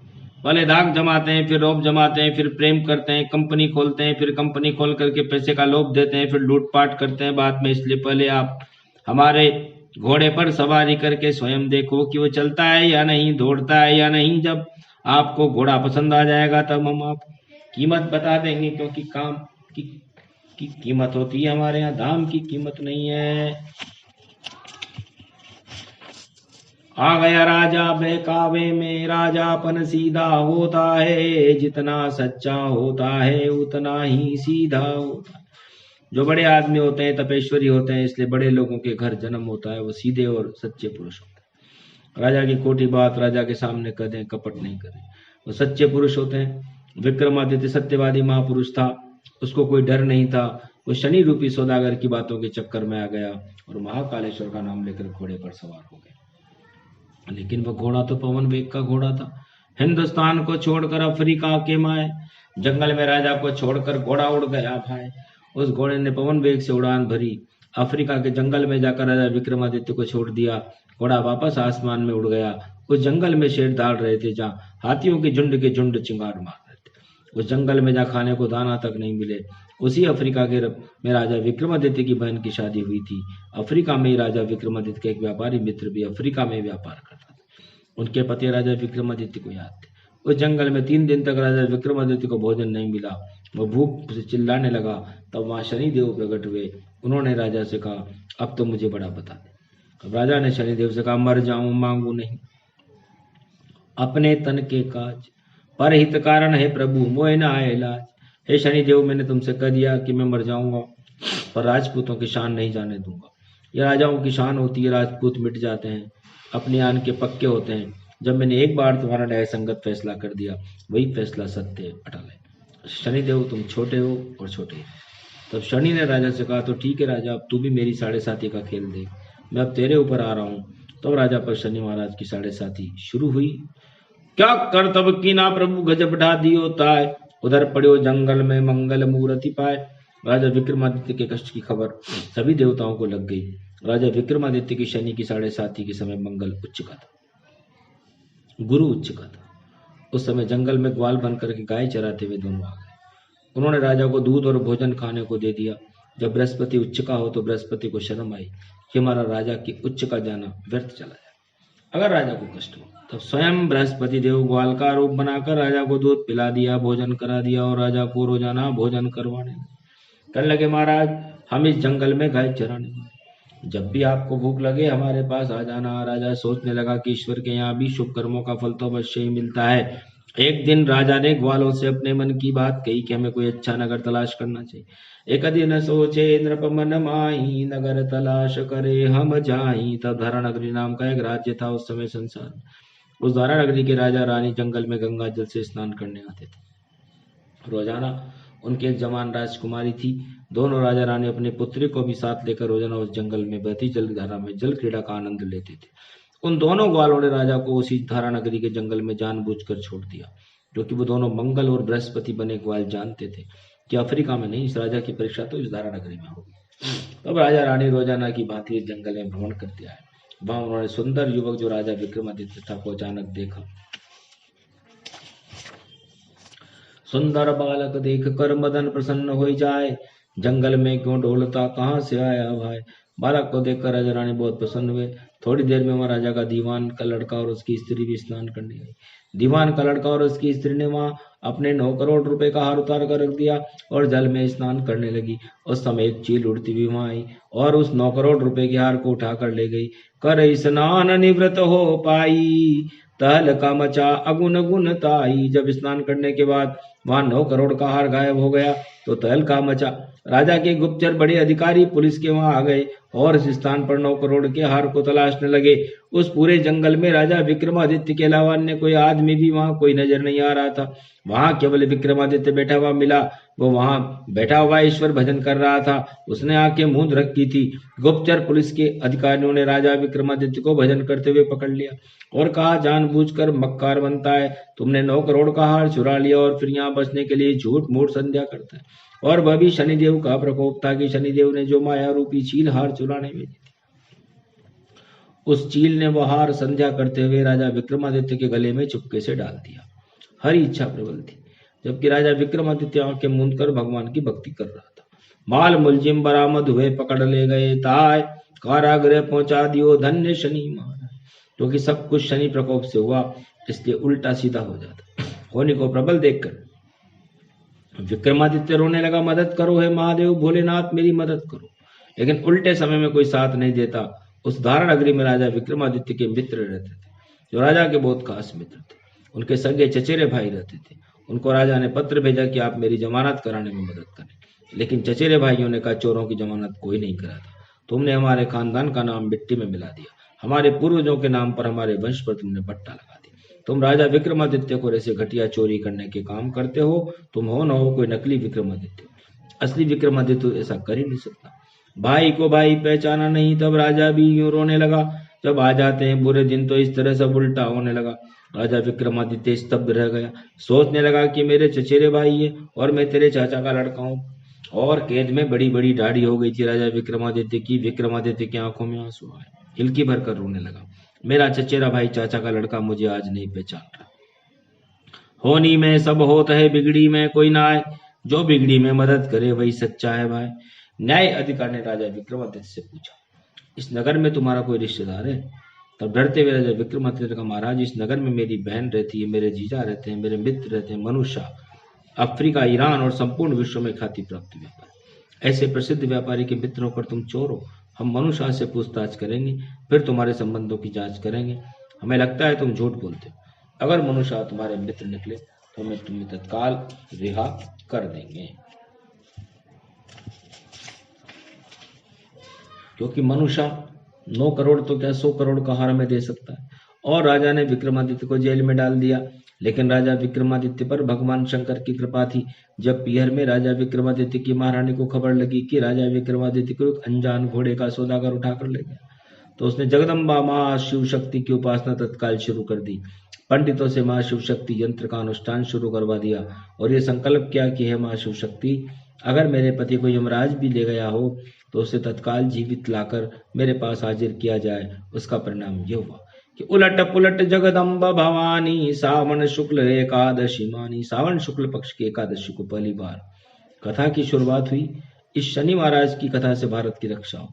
इस कथा को सुनने और सुनाने वालों की रक्षा हो। इस कथा से भारत में मंगल हो, किसानों की खेती बढ़े, राजाओं का राजबल बढ़े, उद्योगपतियों के उद्योग लगे, उनमें उत्पादन की क्षमता बढ़े तथा घर घर में मंगलाचार हो। ये संकल्प लेकर महारानी ने शनि महाराज की कथा पढ़ने वाले शनि देवताओं के पंडितों को बुलवाया। उनसे महारानी ने कहा, क्या तुम शनि देवता को प्रसन्न करने की कथा जानते हो? पंडितों ने कहा, महारानी जी जानते हैं। तो तुम शनि देव की कथा का पारायण शुरू करो और सावन का महीना पूरा न हो उसके पहले मेरे पति देव जहाँ भी हों उनको शनि देव के प्रकोप से मुक्ति मिल जाए तो मैं शनि देव की कथा को सच्चा मानूं, नहीं तो मैं शनि देव की कथा को झूठा मानूंगी, महादेव को झूठा मानूंगी। तब पंडितों ने महारानी से कहा, चाहे राजा इंद्र के इंद्रलोक में भी आपके पति को किसी ने क्यों नहीं छुपा रखा हो, सावन के महीने में तो हो सकता है आपके पति को हम वापस न ला सके, पर इस सावन मास की एकादशी से ठीक 6 महीने के अंदर अगर हम आपके पति को वापस न लाए तो जो चाहे आप दंड हमें दे सकती हो, क्योंकि सावन के महीने में भी चातुर्मास चल रहा है, देवता सो रहे हैं। लेकिन देव उठनी एकादशी कार्तिक मास में अवश्य आपके पति को आपसे मिला देंगे। ऐसे विद्वान पंडित थे, धुरंधर गुण मंडित थे, भारत की विद्या का नमूना है। ऐसे भाग्यवर पंडित थे। उस समय भारत में चटोरे पंडित नहीं थे, लोभी पंडित नहीं थे। पहले यजमान का काम करते थे, फिर काम होने पर दाम लेते थे। उन्होंने कहा महारानी काम नहीं तो दाम नहीं। अगर तुम्हारा पति एकादशी को वापस नहीं आए तो कार्तिक मास में देव उठनी एकादशी आएगी, उस दिन तुम्हारा पति मैं साज बाज के तुम्हारे सामने अगर हम न ला सके तो हम सभी पंडितों का अवसर कलम करवा देना। ओम हर हर पशुपति नाथाय नीलकंठाय सर्व रोग नाशाय विघ्न विनाशाय दर्द नाशाय। जो स्त्री बांझ हो उसके पुत्र होता है, उसका इस कथा से बांझ दोष समाप्त होता है। उसकी अवधि 2 वर्ष होती है, 2 वर्ष के अंदर उसके अवश्य पुत्र होता है। जो इस कथा को संकल्प के साथ 1 वर्ष में 2 बार सुने। इस कथा को अगर दरिद्री सुनता है तो वह साल भर में मालदार नहीं तो खुशहाल हो जाता है। जिसके दुश्मन चारों तरफ छा रहे हो, उसके प्रबल शत्रु 12 महीने में इस कथा को सुनते ही तत्काल नष्ट हो जाते हैं। ये शनिदेव की इस कथा को वरदान है। शनिदेव ने कहा, ये भोले शंकर की कथा है, मेरे इष्टदेव गुरु की कथा है। इस कथा को कलयुग में भी अगर वाणी से कोई सुन लेगा तो शनिदेव उससे प्रसन्न होकर उसे अवश्य लाभ देने लगेंगे। तब 9 ग्रहों ने भी एक साथ एक स्वर में कहा कि इस कथा को सुनने वाले से हम सब प्रसन्न हो जाते हैं। जो भी व्यक्ति या परिवार इस कथा को सुनेगा सुनाएगा,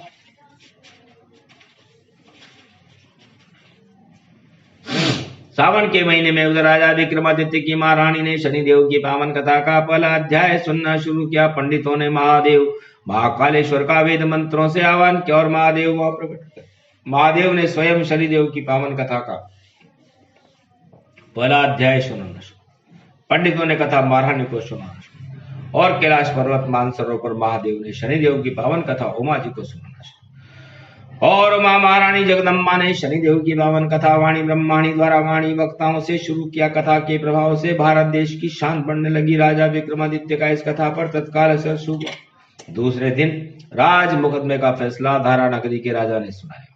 उस फैसले में राजा विक्रमादित्य को चोरी के अपराध में मृत्युदंड न देकर केवल राजा के हाथ पांव काटने के आदेश दिए। राजा के हाथ पांव काटकर चौराहे पर राजा के सिपाही राजा विक्रमादित्य को फेंक गए। चोरी के अपराध में राजा विक्रमादित्य को चौरंगिया कर दिया गया। लेकिन इधर महारानी द्वारा शुरू की गई अनुष्ठान शक्ति और भक्ति का प्रभाव बढ़ा। राजा के पास एक तेली आया। तेली यूं करने लगा राजा से फरियाद, चौरंगिया बेचारा पड़ा है मुझे दीजिए ना। अब इस अपराधी राजा के हाथ पांव तो कट गए, कौवे चीले गिद्ध इससे चौंचे मार रहे। ये बेचारा घायल है, चिल्ला रहा है। आप इसको सजा भी दे चुके, अगर आप कृपा करें तो मैं इसको अपने घर ले जाऊं। तब धारा नगरी के राजा ने तेली से कहा कि हमें क्या मतलब, तुम चाहो तो इसे अवश्य अपने घर ले जा सकते। शनिदेव की पावन कथा के प्रभाव से राजा विक्रमादित्य की शनि की 7.5 उल्टी शुरू। राजा विक्रमादित्य के उच्च का बृहस्पति चल ही रहा था। उसके प्रभाव से तेली राजा विक्रमादित्य को अपने घर पर ले गया। हाथ पांव कटे राजा विक्रमादित्य के घाव पर तेल की मालिश होने लगी और खाने को तेल के बीजे हुए रोट रोजाना मिलने लगे। ऐसे शनि महाराज और हनुमान जी के तेल के रोट चढ़ते। तब तिल्ली के तेल के रोट मिलने लगे तो उसके हाथ पांव में खरोट आने लगी, चमड़ी बढ़ने लगी, कटे हुए अंग फिर से बढ़ने लगे, पांव बढ़ गए, हाथों की उंगलियां बढ़ गई। सावन के महीने में 15 दिन बाद जब दूसरी एकादशी है, उस समय उज्जैन की महारानी पंडितों से शनिदेव महाकालेश्वर की साक्षी में दूसरे अध्याय की कथा का पाठ करा रही। उधर धारा नगरी के राजा की राजकुमारी इसी एकादशी के दिन आधी रात के समय झरोके में देख रही थी। चारों तरफ सावन का घन घोर अंधेरा छाया था। दीपक का प्रकाश धुंधला था। प्रकाश नाम की कोई वस्तु नजर नहीं आती। उस अंधकार में भी समय गुजारने के लिए राजा विक्रमादित्य उस तेली के यहाँ रागनी गा रहा था और राग दीपक के स्वर वातावरण में मधुर होकर गुंजन करते हुए बिखर रहे थे। दीपक राग के प्रभाव से संपूर्ण धारा नगरी में प्रकाश फैलने लगा। उस अंधेरी रात में भी जबकि दीपकों में न रुई थी न तेल थी, फिर भी हजारों दीपक रागनी के प्रभाव से अपने आप जलने लगे। घर घर में दीपक बिना जलाए जलने लगे। तब दीपक राग होती और तेली ने रात्रि में घानी चलाना शुरू किया और घानी चलाता रहे और तेल निकालता रहे। इस कार्य को करने के वो तेली राजा विक्रमादित्य को 7 रोज रोजाना खाने को देता था। सावन का महीना था। राजा विक्रमादित्य तेली के यहाँ चौरंगिया बनकर घानी चला रहा था। उसे मौज आ गई और उसने राग दीपक गाना शुरू कर दिया कि राज ताज सब चला गया, अब सोचे क्यों माए, हाथ पैर ही कट गए तो क्यों भोले भूल रहा है। अरे राजा महादेव का स्मरण करने लगा और दीपक राग धारा नगरी में गाने लगा कि दीनानाथ अनाथ को भलो मिलो संजोग, घर आओगे नहीं प्रभु तो हंसी करेंगे लोग। अरे भोले शंकर हमें बचा दे तेरी डमरू का झनकारा, भोले शंकर हमें बचा दे तेरी डमरू का झनकारा। काई शनि तासु बड़ो हो गयो सुन रे भोले बाबा, अरे भोले महादेव दुनिया के महादेव नाम तुम्हारा। भोले शंकर मैंने पुकारा, शनि देव एक छोटो सो देव और तेने डमरू डमकाया। ऐसी भक्ति मैंने करी तुम्हारी, मैंने हाथ ही पांव कटाया। बोले शंकर बम बम लहरी, सुन ले आज अर्जी है मेरी। जब राजा विक्रमादित्य ने दीपक राग में भजन गाना शुरू किया तो महादेव का सिंहासन हिलने लगा। महादेव ने उमा शिव शक्ति से कहा, मेरे किसी बड़े भक्त पर संकट है, जाकर तलाश करो किस भक्त को कष्ट है। उधर उज्जैन नगरी में शिव शक्ति यंत्र के सामने घी का दीपक जलाकर राजा विक्रमादित्य की महारानी तपस्या कर रही थी। महारानी की आंखों में आंसू आ गए, वो रो रही थी। तत्काल वहां शिव शक्ति पहुंची और कहा, बेटी चिंता मत कर, तेरा पति जल्दी आने वाला है। उधर धारा नगरी की राजकुमारी ने एकादशी की अंधेरी रात में प्रतिज्ञा कर ली कि आज आधी रात के समय हमारी धारा नगरी में जिस व्यक्ति ने भी दीपक राग गाए हो, मैं उसी व्यक्ति से शादी करूंगी। यह महादेव की कृपा हुई। राजा विक्रमादित्य उलट पलट हो वहीं बड़ा भारी, अगम निगम थे ब्रह्म निहारी। जब शनिदेव के प्रकोप से राजा के उल्टे दिन आए तो हाथ पांव राजा विक्रमादित्य को कटाने पड़े।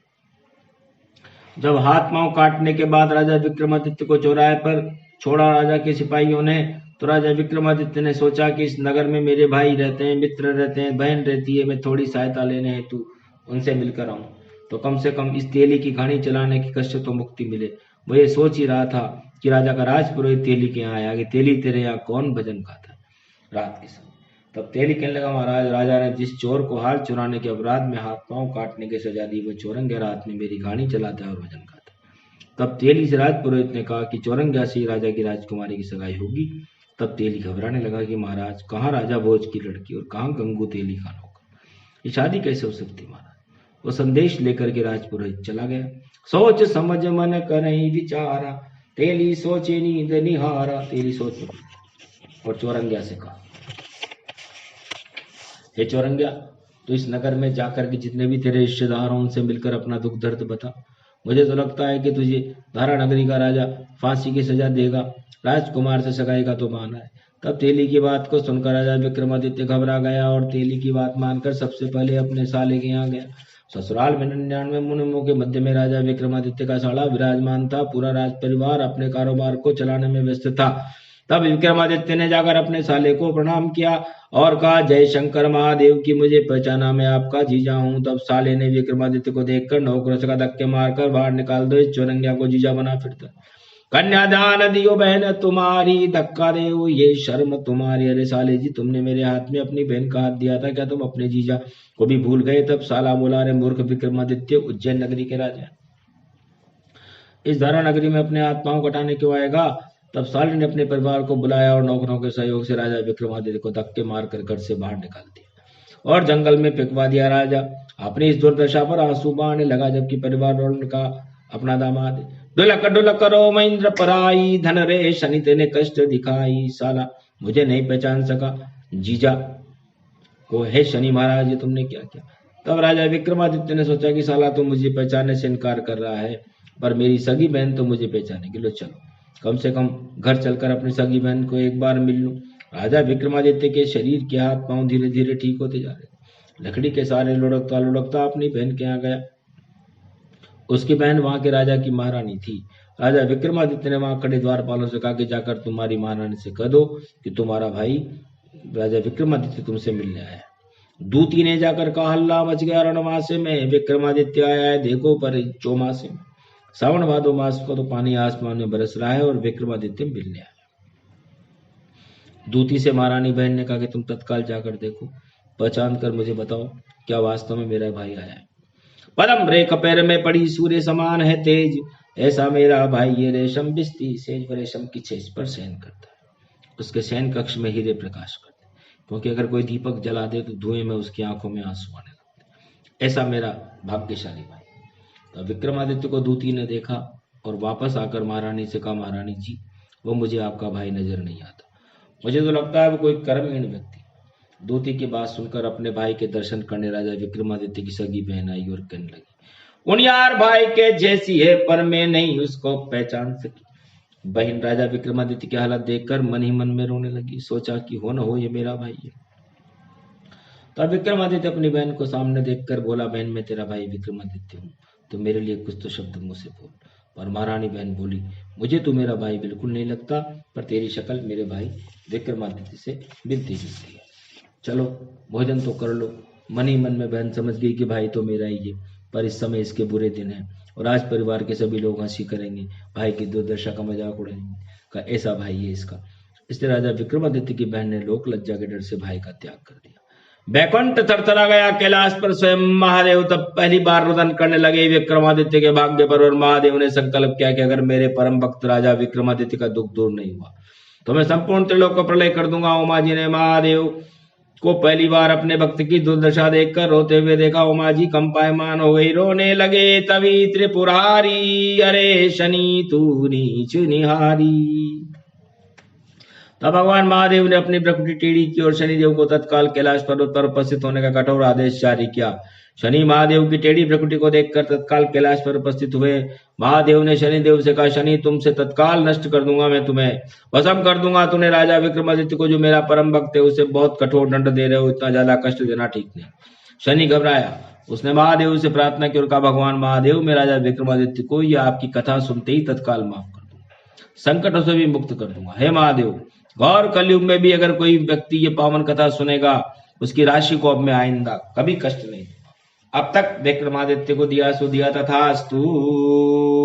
शनि ने ये शब्द बोलकर वरदान दिया भक्तों को, और राजा विक्रमादित्य को उसकी बहन ने जो महारानी थी अपने चक्रवर्ती सम्राट भाई के लिए छाछ मंगाई पड़ोसन से और 7 रोज के ओखड़ में कूट कर भिगो दिया और करवे कलश में भेज दिया।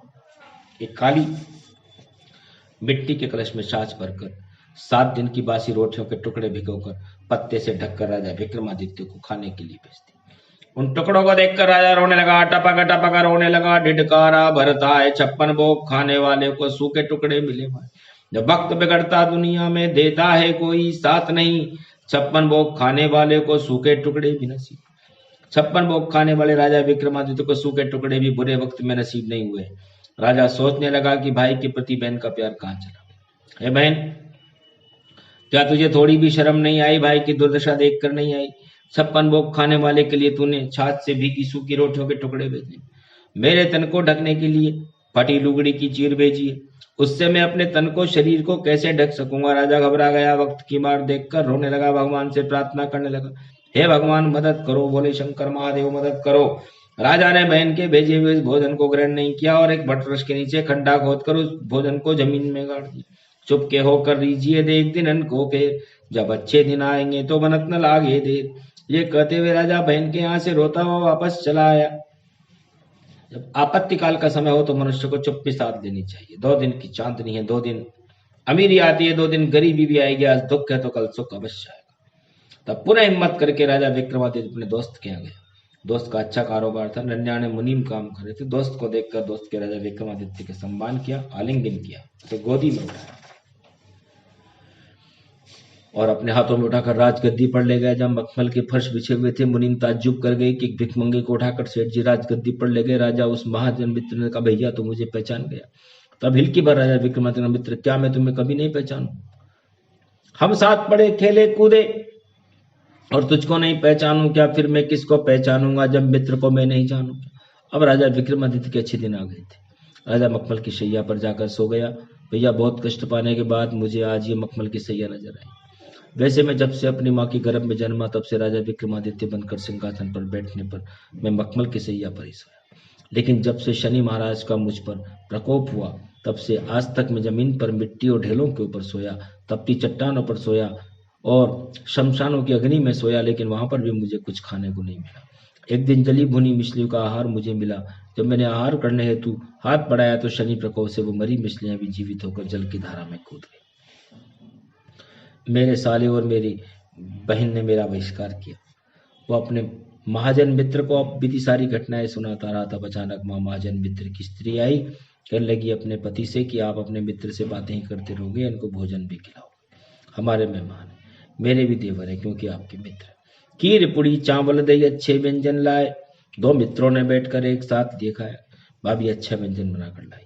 कहा देवर जी झीमो भोजन शुरू करो। दोनों दोस्तों ने भरपूर पहली बार जिंदगी में 12 वर्ष बाद अपने मित्र के यहाँ राजा विक्रमादित्य ने शनि महाराज की इस कथा का पहला अध्याय सुनने के बाद भोजन खाया। यह कथा राजा विक्रमादित्य की महारानी उज्जैन में पंडितों से कथा सुन रही थी। भोजन करने के बाद राजा विक्रमादित्य को निद्रा आने लगी। मित्र महाजन के घर पर कमरे की दीवार पर गेरू मिट्टी से बनी राखी के श्रवण कुमार की मोरनी मंडी हुई थी। उस कमरे में 9 करोड़ का हार उस मित्र की स्त्री का लटका हुआ था। तब आधी रात का समय हुआ और उस कमरे में एक बड़ी विचित्र घटना फिर घटित हुई। वह गेरू मिट्टी की बनी मोर ने उस 9 करोड़ के हार को निगलने लगा। अचानक विक्रमादित्य की आंखें खुली। इस विचित्र घटना को देखकर राजा डर गया। सोचने लगा कि अभी मेरे दिन शायद खराब है। उस कमरे के नारदाने की नाली के पास सिंहासन पर जितने सोने चांदी के रतन जड़ित बर्तन थे, नारदाना निकल गया। सारे बर्तन अचानक कमरे में गायब हो गए। तब राजा विक्रमादित्य रोने लगा। खिजलाया, रोया, ढिढकाया, अब मेरा बचना मुश्किल है। वह उस कमरे से उठकर भागने लगा और रात्रि के 4 बजे ही प्रभात होने से पहले अपने मित्र से बिना मिले ही वहां से भाग गया।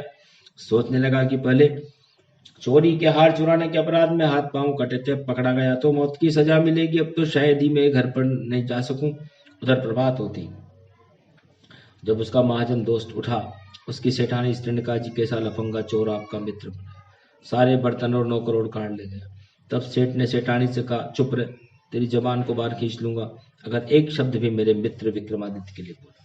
100 करोड़ जन्म धारण करने की बात भी मेरा मित्र चोरी नहीं कर सकता।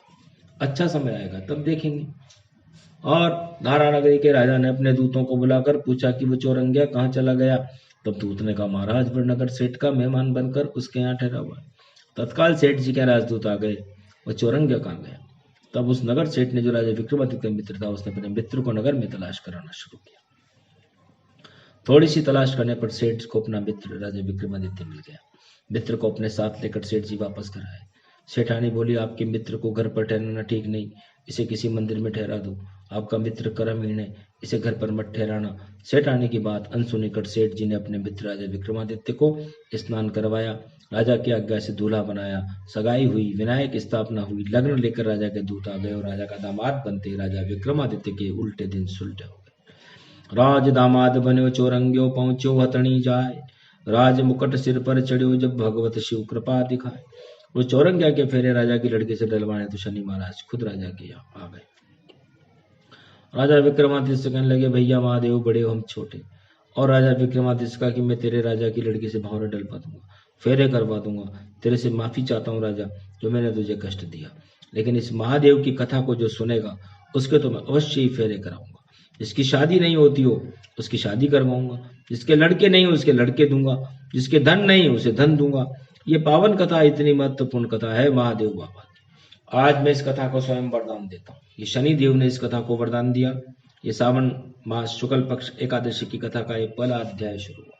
इस तरह से इस कथा के 5 अध्याय हैं, 5 एकादशी के 5 अध्याय। लेकिन इस वाणी से अवतरित शनिदेव की कथा के पहले अध्याय का फल भी कलयुग में उतना ही भक्तों को मिलेगा जितना विक्रमादित्य को सुलभ हुआ। ये कथा संसार में सभी सुनने वालों को उतना फल दे जितना विक्रमादित्य को दिया। जो शुभ फल राजा विक्रमादित्य को मिला और अशुभ फल को टालते रहे।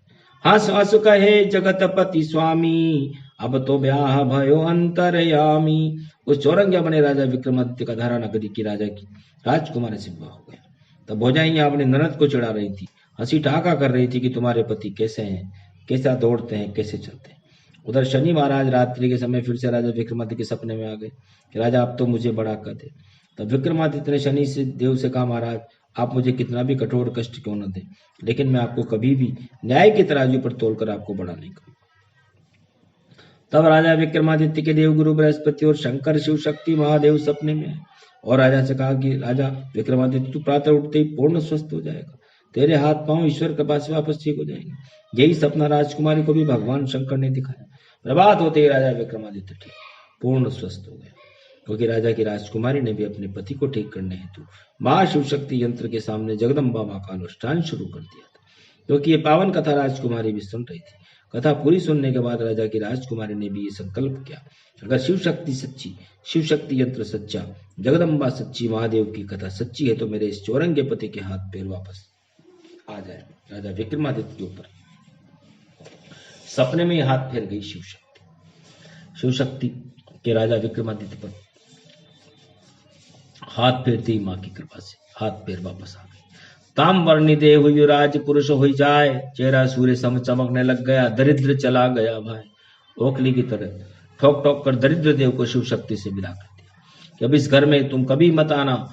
जहां पर जगह जगह चांदी और सोने की बौछारें होने लगी, पारस हाथ में दे दी, पन्ना हीरा पुखराज मां जड़ गए। तब भौजाइयों को वहां आपस में मन में ये शंका हुई कि इस राजकुमारी ने चौरंगे पति को तो मार दिया और किसी दूसरे पुरुष को अपना मित्र बना लिया। कितना उल्टा समय होता। तब सब भौजाइयों ने कहा कि हमारे कुल में ये खराब लड़की पैदा हुई। तब राजकुमारी के माता पिता ने कहा कि ऐसा नहीं हो सकता। उन्होंने अपनी लड़की को बुलाकर पूछा, बेटी सत्य बता, ये पुरुष तेरा पति या कोई और है? तब राजकुमारी ने अपने माता पिता से कहा कि पिताजी, शिव शक्ति यंत्र का पूजन किया, हम दोनों ने शिव शक्ति की कथा सुनाई तो कथा के प्रभाव से शनि महाराज का प्रकोप समाप्त हुआ। शनिदेव स्वयं मेरे पति के हाथ पांव लगा गए। अब धारा नगरी के राजा विक्रमादित्य, ये तो राजा है। तब भौजाइयों ने कहा, हमें भी कुछ चमत्कार बताओ। इतना कहना था कि वहां शिव शक्ति साक्षात त्रिशूल लेकर हाथ ले प्रकट हो गई। क्या चमत्कार देखना चाहते हो? तुम कहो तो थल में जल कर दे, जल में आसमान कर दे। आप क्यों इस राजकुमारी को परेशान करती हो? अगर राजा रानी तुमने इसको अपनी लड़की नहीं माना तो मैं तुम्हें तबाह कर दूंगी, बर्बाद कर दूंगी। तब उस नगर में भूकंप आने लगा, सारा नगर हिलने लगा, नर नारी झकोले खाने लगे, त्राई त्राई होने लगी। तब राजा रानी भौजाइयां मां शिव शक्ति के चरणों में गिर गए, क्षमा मांगने लगे। बोलो जगदम्बे मैया की जय। है शिव शक्ति हमारे नगर की रक्षा कर, हमारे परिवार की रक्षा कर। तब शिव शक्ति ने कहा, तथास्तु। तो उस लड़की को राजा रानी ने अपनी लड़की स्वीकार किया। उस राजकुमारी की कोई संतान अभी हुई नहीं थी, इसलिए पूरी धारा नगरी का राज उस लड़की के पति को, अपने दामाद को राजा ने दे दिया। अब तो राजा विक्रमादित्य हाथी के ओहदे पर बैठकर चले, केसरिया जवान आगे पीछे छड़ियां लेकर चले। अरे पीछे पीछे बड़े सूरमा, आगे आगे छड़ी बरदार, शाही सवारी चली राजा की, अब तो बड़े कौन सरदार। तब सोचा राजा विक्रमादित्य ने कि अब धारा नगरी के राजा तो बने। बुरे वक्त में केवल मेरा साथ मेरे मित्र नगर सेठ ने दिया, उसके घर चलो, फिर बहन के यहाँ चलो, क्योंकि उसको बता के फिर मेरे बुरे वक्त में तेने कैसा खाना भेजा, सूखी रोटी के टुकड़े। फिर ससुराल में सालों से मिलने अवश्य चले, ताकि उनको पता चले कि बुरे समय में तूने मेरे साथ कैसा खराब व्यवहार किया। दारा नगरी के राजा विक्रमादित्य की शाही सवारी हाथी पर चलने लगी, बैंड बाजे बजने लगे, पुष्प वर्षा होने लगी, फौज और पुलिस के सख्त पहरे में राजा की सवारी चली। सवारी सबसे बड़ी धारा नगरी के नगर सेठ राजा के मित्र के मकान पर पहुंची। सेठ तभी घबरा गया, कौन पुरुष गयो आए। शाही सवारी देखकर सेठ गयो शर्माए। नगर सेठ खड़ा होकर राजा विक्रमादित्य की अगवानी करने लगा, लेकिन राजा विक्रमादित्य नगर सेठ के चरणों में गिर गया। कहने लगा, मित्र, जब मेरा बुरा समय था उस समय इस धारा नगरी में सबने मेरा अपमान किया, परंतु तुम ही मेरे सच्चे मित्र हो, जिसने मेरा उस समय साथ दिया। और दोनों मित्र गले मिलकर रोने लगे। तब नगर सेठ बोला, मित्र, कुछ प्रसाद जलपान तो ग्रहण करो। तब राजा विक्रमादित्य अपने नगर सेठ मित्र के उसी कमरे में जाकर प्रसाद लेने लगा जहां वह संकट के बुरे समय में सोया था। तब अचानक उस कमरे में फिर चमत्कार हुआ। वही लाल गेरू मिट्टी से मड़ी हुई श्रवण नक्षत्र राखी की मोरनी धीरे धीरे दीवार से 9 करोड़ का बहुमूल्य हार वापस उगलने लगी। मणि मोरनी निगल गई और उगल गई जब हार। उस कमरे में तब हुआ ईश्वर शक्ति का चमत्कार। उस कमरे में उस समय नगर सेठ के साथ उसकी सेठानी स्त्री बैठी थी, पूरा परिवार था, साथ में राज दरबार था। वो दीवार पर बनी मोरनी आपस हार तोड़ने लगी। तो वहां अचानक शिव शक्ति प्रकट, कहने लगी, सेठानी, ये मेरा परम भक्त राजा विक्रमादित्य चोर नहीं साहूकार है। ये तो उस समय इस राजा का समय खराब था। तेरा हार दीवार पर बनी मोरनी ने निगला, इसलिए इस भरी सभा में स्वयं प्रकट होकर राजा विक्रमादित्य को निर्दोष साबित करती हूँ, उसे चोर नहीं साहूकार घोषित करती हूँ। बोलो जगदम्बे मैया की जय। सेठानी, तू तत्काल इस कमरे के नारदाने और नाली को जाकर देख। अगर तेरी चांदी सोने की 2 कटोरी गायब हो गई हो तो मैं तुझे तत्काल 3 कटोरी देती हूँ, 4 थाल की जगह 6 थाल देती हूँ। मैं ब्याज के मैं आज स्वयं यहाँ प्रकट होकर तेरा भुगतान करती हूँ। तब राजा विक्रमादित्य का अच्छा समय आते ही दुगनी मात्रा में सोने चांदी के बर्तन बाहर आ गए। तब राजा विक्रमादित्य मारे खुशी के जगदम्बा मां शिव शक्ति के चरणों में गिर गया। हे माँ, हे महादेव, भोले शंकर महाकालेश्वर, मेरे ऊपर सदा आपकी कृपा का हाथ बना। और अगर सावन के महीने में कोई एक दिन भी अगर इस कथा को सुन ले, हे माँ, उसके घर में मंगलाचार करना, उसके घर में आने वाली हर आला बला फूटा, अकाल मृत्यु को नष्ट करना, उसकी आयु मारकंडे की तरफ बलायु कर देना, निर्धन को धन देना, कोടി मनुष्य को सुंदर काया देना, निपुत्री निसंतान को पुत्र देना, और उसका भी अमंगल हो रहा हो मंगल में प्रवृत्त कर उस घर का कल्याण करना, उस देश का कल्याण करना, सब संकटों को टाल देना। बोलो महादेव भोले बाबा की जय। अब तो मन गयो राज जवाई, आगे बजे बैंड शहनाई। अब राजा विक्रमादित्य अपने मित्र से विदा लेकर शाही सवारी हाथी पर बैठकर बैंड बजाता हुआ महल आवाज में कि अपनी बहन से मिलने राजा विक्रमादित्य की बहन दौड़कर महल में चला गया। भाई का स्वागत करने आई कंचन तलवार तीरा, स्वागत करने बहन खुद आई। सोने का थाल लेकर उसने भाई राजा विक्रमादित्य की आरती उतारी। मुस्कुरा कर कहा, आओ भैया, मेरे भैया, बहुत दिनों में आया, संसार में भाई के समान कोई नहीं। तब राजा विक्रमादित्य रोने लगा। तब राजा से सारे मिलने वालों ने कहा, महाराज अपनी बहन से मिलकर क्यों रो रहे हो? सब भाई अपनी बहन से मिलकर के तो खुश होते हैं। तब राजा ने कहा, ये बात आप मेरी बहन से पूछो। जब बहन बोली, एक बार थोड़े दिन पहले जब मेरा भाई अकेला मुझसे मिलने आया था, तब इसकी दाढ़ी बड़ी हुई थी तो मैं अपने भाई को पहचान नहीं सकी। ये बात राजा ने सुनते ही सारी प्रजा के सामने अपनी बहन की करतूत का भंडा फोड़, ये कलश मुझको दिए, भोजन खाने हेता, बालपने जीजी कहता था, कैसा भोजन अगाए। तब विक्रमादित्य जोर जोर से रोने लगा। ये मेरी सगी बहन थी माजाई। जब मेरा बुरा वक्त आया तब मैं उसके पास आया तो इसने मिट्टी के कलश में छाछ भरकर रोटी के सूखे टुकड़े भिजोकर भोजन के रूप में खाने को मेरे पास भिजवाया। आज मैं सारी प्रजा को बता रहा हूं, होत की बहन है, अनहोत का भाई नहीं है। जब अच्छे दिन आते हैं तो बहनें भी अपने आप आ जाएगी, भाई का सम्मान करेगी, भैया भैया करेगी। लेकिन बिगड़ जाए भैया नहीं, फिर तो कलश टूकड़े लाए, निज भैया को देने भोजन दिया भिजवाए। तब राजा विक्रमादित्य ने अपनी बहन को आरती उतारने पर सम्मान के रूप में 1.25 लाख का चीर वस्त्र बहन को पहनाया, क्योंकि भाई तो आखिर भाई होता है। बहन कोई बात नहीं, उस समय हमारा वक्त खराब था, तेरा इसमें क्या दोष है? बहन राजा विक्रमादित्य ने अपनी बहन के ऊपर टाट बाट से हीरे जवाहरात लुटाए और कहा, भी मेरे साथ जो हुआ सो, और आइंदा कोई भी बहन अपने किसी भी भाई के साथ ऐसा क्रूर व्यवहार न करे। इसलिए महादेव भोलेनाथ की जय। अपनी बहन से विदा लेकर राजा विक्रमादित्य अपने साले से मिलने, सास ससुर से मिलने अपने पहले वाली महारानी के घर पर अपने ससुराल गए। राजा विक्रमादित्य की शाही सवारी को देखकर साला अपने जीजा जी का सम्मान करने दौड़ा और कहने लगा, आओ जीजा जी, आओ जीजा जी। राजा विक्रमादित्य को फूलों का माला पहनाने लगा। तब राजा विक्रमादित्य बोला, न मैं तुम्हारा जीजा, न तुम मेरे साले, मैं तो केवल तुम्हारी बहन और मेरी प्रथम महारानी का पति हूँ, वो उज्जैन की महारानी। तुम बैठो तुम्हारे राज घराने पर। अरे तुमसे तो तुम्हारी बहन अच्छी, जो मेरे शुभ दिन वापस लाने हेतु भगवान शंकर की तपस्या कर रही है, मेरे राजमहल में उज्जैन में बिना अन्न जल लिए मेरे लिए भगवान की उपासना करे। सास ससुर और साले से राजा विक्रमादित्य ने विदाई ली। बोलो बजरंग बली की जय, बोलो शंकर भगवान की जय। आ गयो धूम धड़ाके से बाजियो राम नगारो, बोलो शंकर जय महादेव, जय जय बजरंग बलवारो। जब अच्छे दिन होते हैं तो राजा पर भी भगवान शंकर और बजरंग बली की कृपा। धूम धड़ाके से अपनी दूसरी महारानी जो धारा नगरी की राजकुमारी थी, उसको अपने साथ लेकर राजा विक्रमादित्य वापस अपनी राजनगरी उज्जैन में वापस आया। उजड़ा हुआ खेड़ा फिर बसा।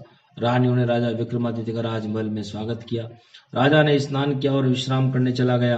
तब राजा विक्रमादित्य की प्रथम पटरानी महारानी ने कहा, यह शिव शक्ति की करामात, बोले शंकर महाकालेश्वर की करामात, जिन्होंने मेरे पति को शनि प्रकोप से और नवग्रहों के प्रकोप से मैं मुक्ति प्रदान की। हे संसार के भक्तों, अगर ईश्वर सत्य है, वेद सत्य है, तो मैं आप सभी ईश्वर भक्तों को आज्ञा देती हूँ कि इस पावन कथा को कलयुग में भी जो नर पढ़ेगा और उसे मैं ईश्वर शक्ति से बल पर वरदान देती हूँ कि उसके कैसे भी खतरनाक ग्रह है, वह इस पावन कथा को पढ़ ले या सुन ले, उसके सारे खराब ग्रह शांत हो जाएंगे। और अगर इस कथा को सावन के महीने में सुने तो दुगना लाभ हो। इस कथा का फल अश्वमेध के समान के फल होता है। अगर इस कथा के प्रभाव से ऐसा ना हो तो भगवान झूठा हो जाए, वेद पुरुष स्वतः ही सत्य हो जाए। बोलो राम भगवान की जय, बोलो बजरंग बली की जय, बोलो जगदम्बे मैया की जय, बोलो शंकर भगवान की जय। शिव शक्ति कर पाठ करायो, पूरो नगर ही राज छिमायो। पूरे नगर को पसधारे के लड्डू बनाकर बजरंग बली को भोग लगाकर हनुमान जी की पूजा की, भगवती जगदम्बा की पूजा की, शंकर भगवान की पूजा की, पूरे नगर को ही भोजन कराया। सावन के महीने में और चातुर्मास में राजा वापस अपने नगर उज्जैन में आया। उस दिन कार्तिक मास की देवउठनी एकादशी का दिन था। इस राजा विक्रमादित्य की कथा से शनि महाराज प्रसन्न हुए, आशीर्वाद देने लगे, राजा विचार मत कर, हम तेरे से बहुत प्रसन्न हैं। जो इस पावन कथा को सुनेगा उसका हम परम कल्याण करेंगे। इस कथा को पढ़ने और सुनने वाले पर शनि की 7.5 नहीं आएगी, तथा मंगल ग्रह, राहु, केतु और 9 ग्रहों का इस कथा को आशीर्वाद दिया।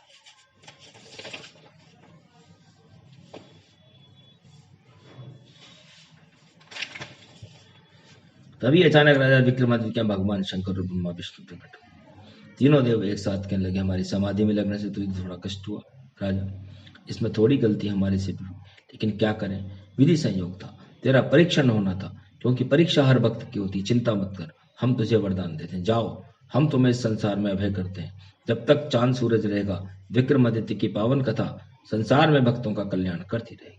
तब महादेव ने वैकुंठ में जाकर घोषणा की कि शनि देव छोटे और देवगुरु बृहस्पति बड़े हैं, पर अगर 9 ग्रहों में दृष्टि डाले जाए तो 9 ग्रहों में मोटे देवता शनि महाराज।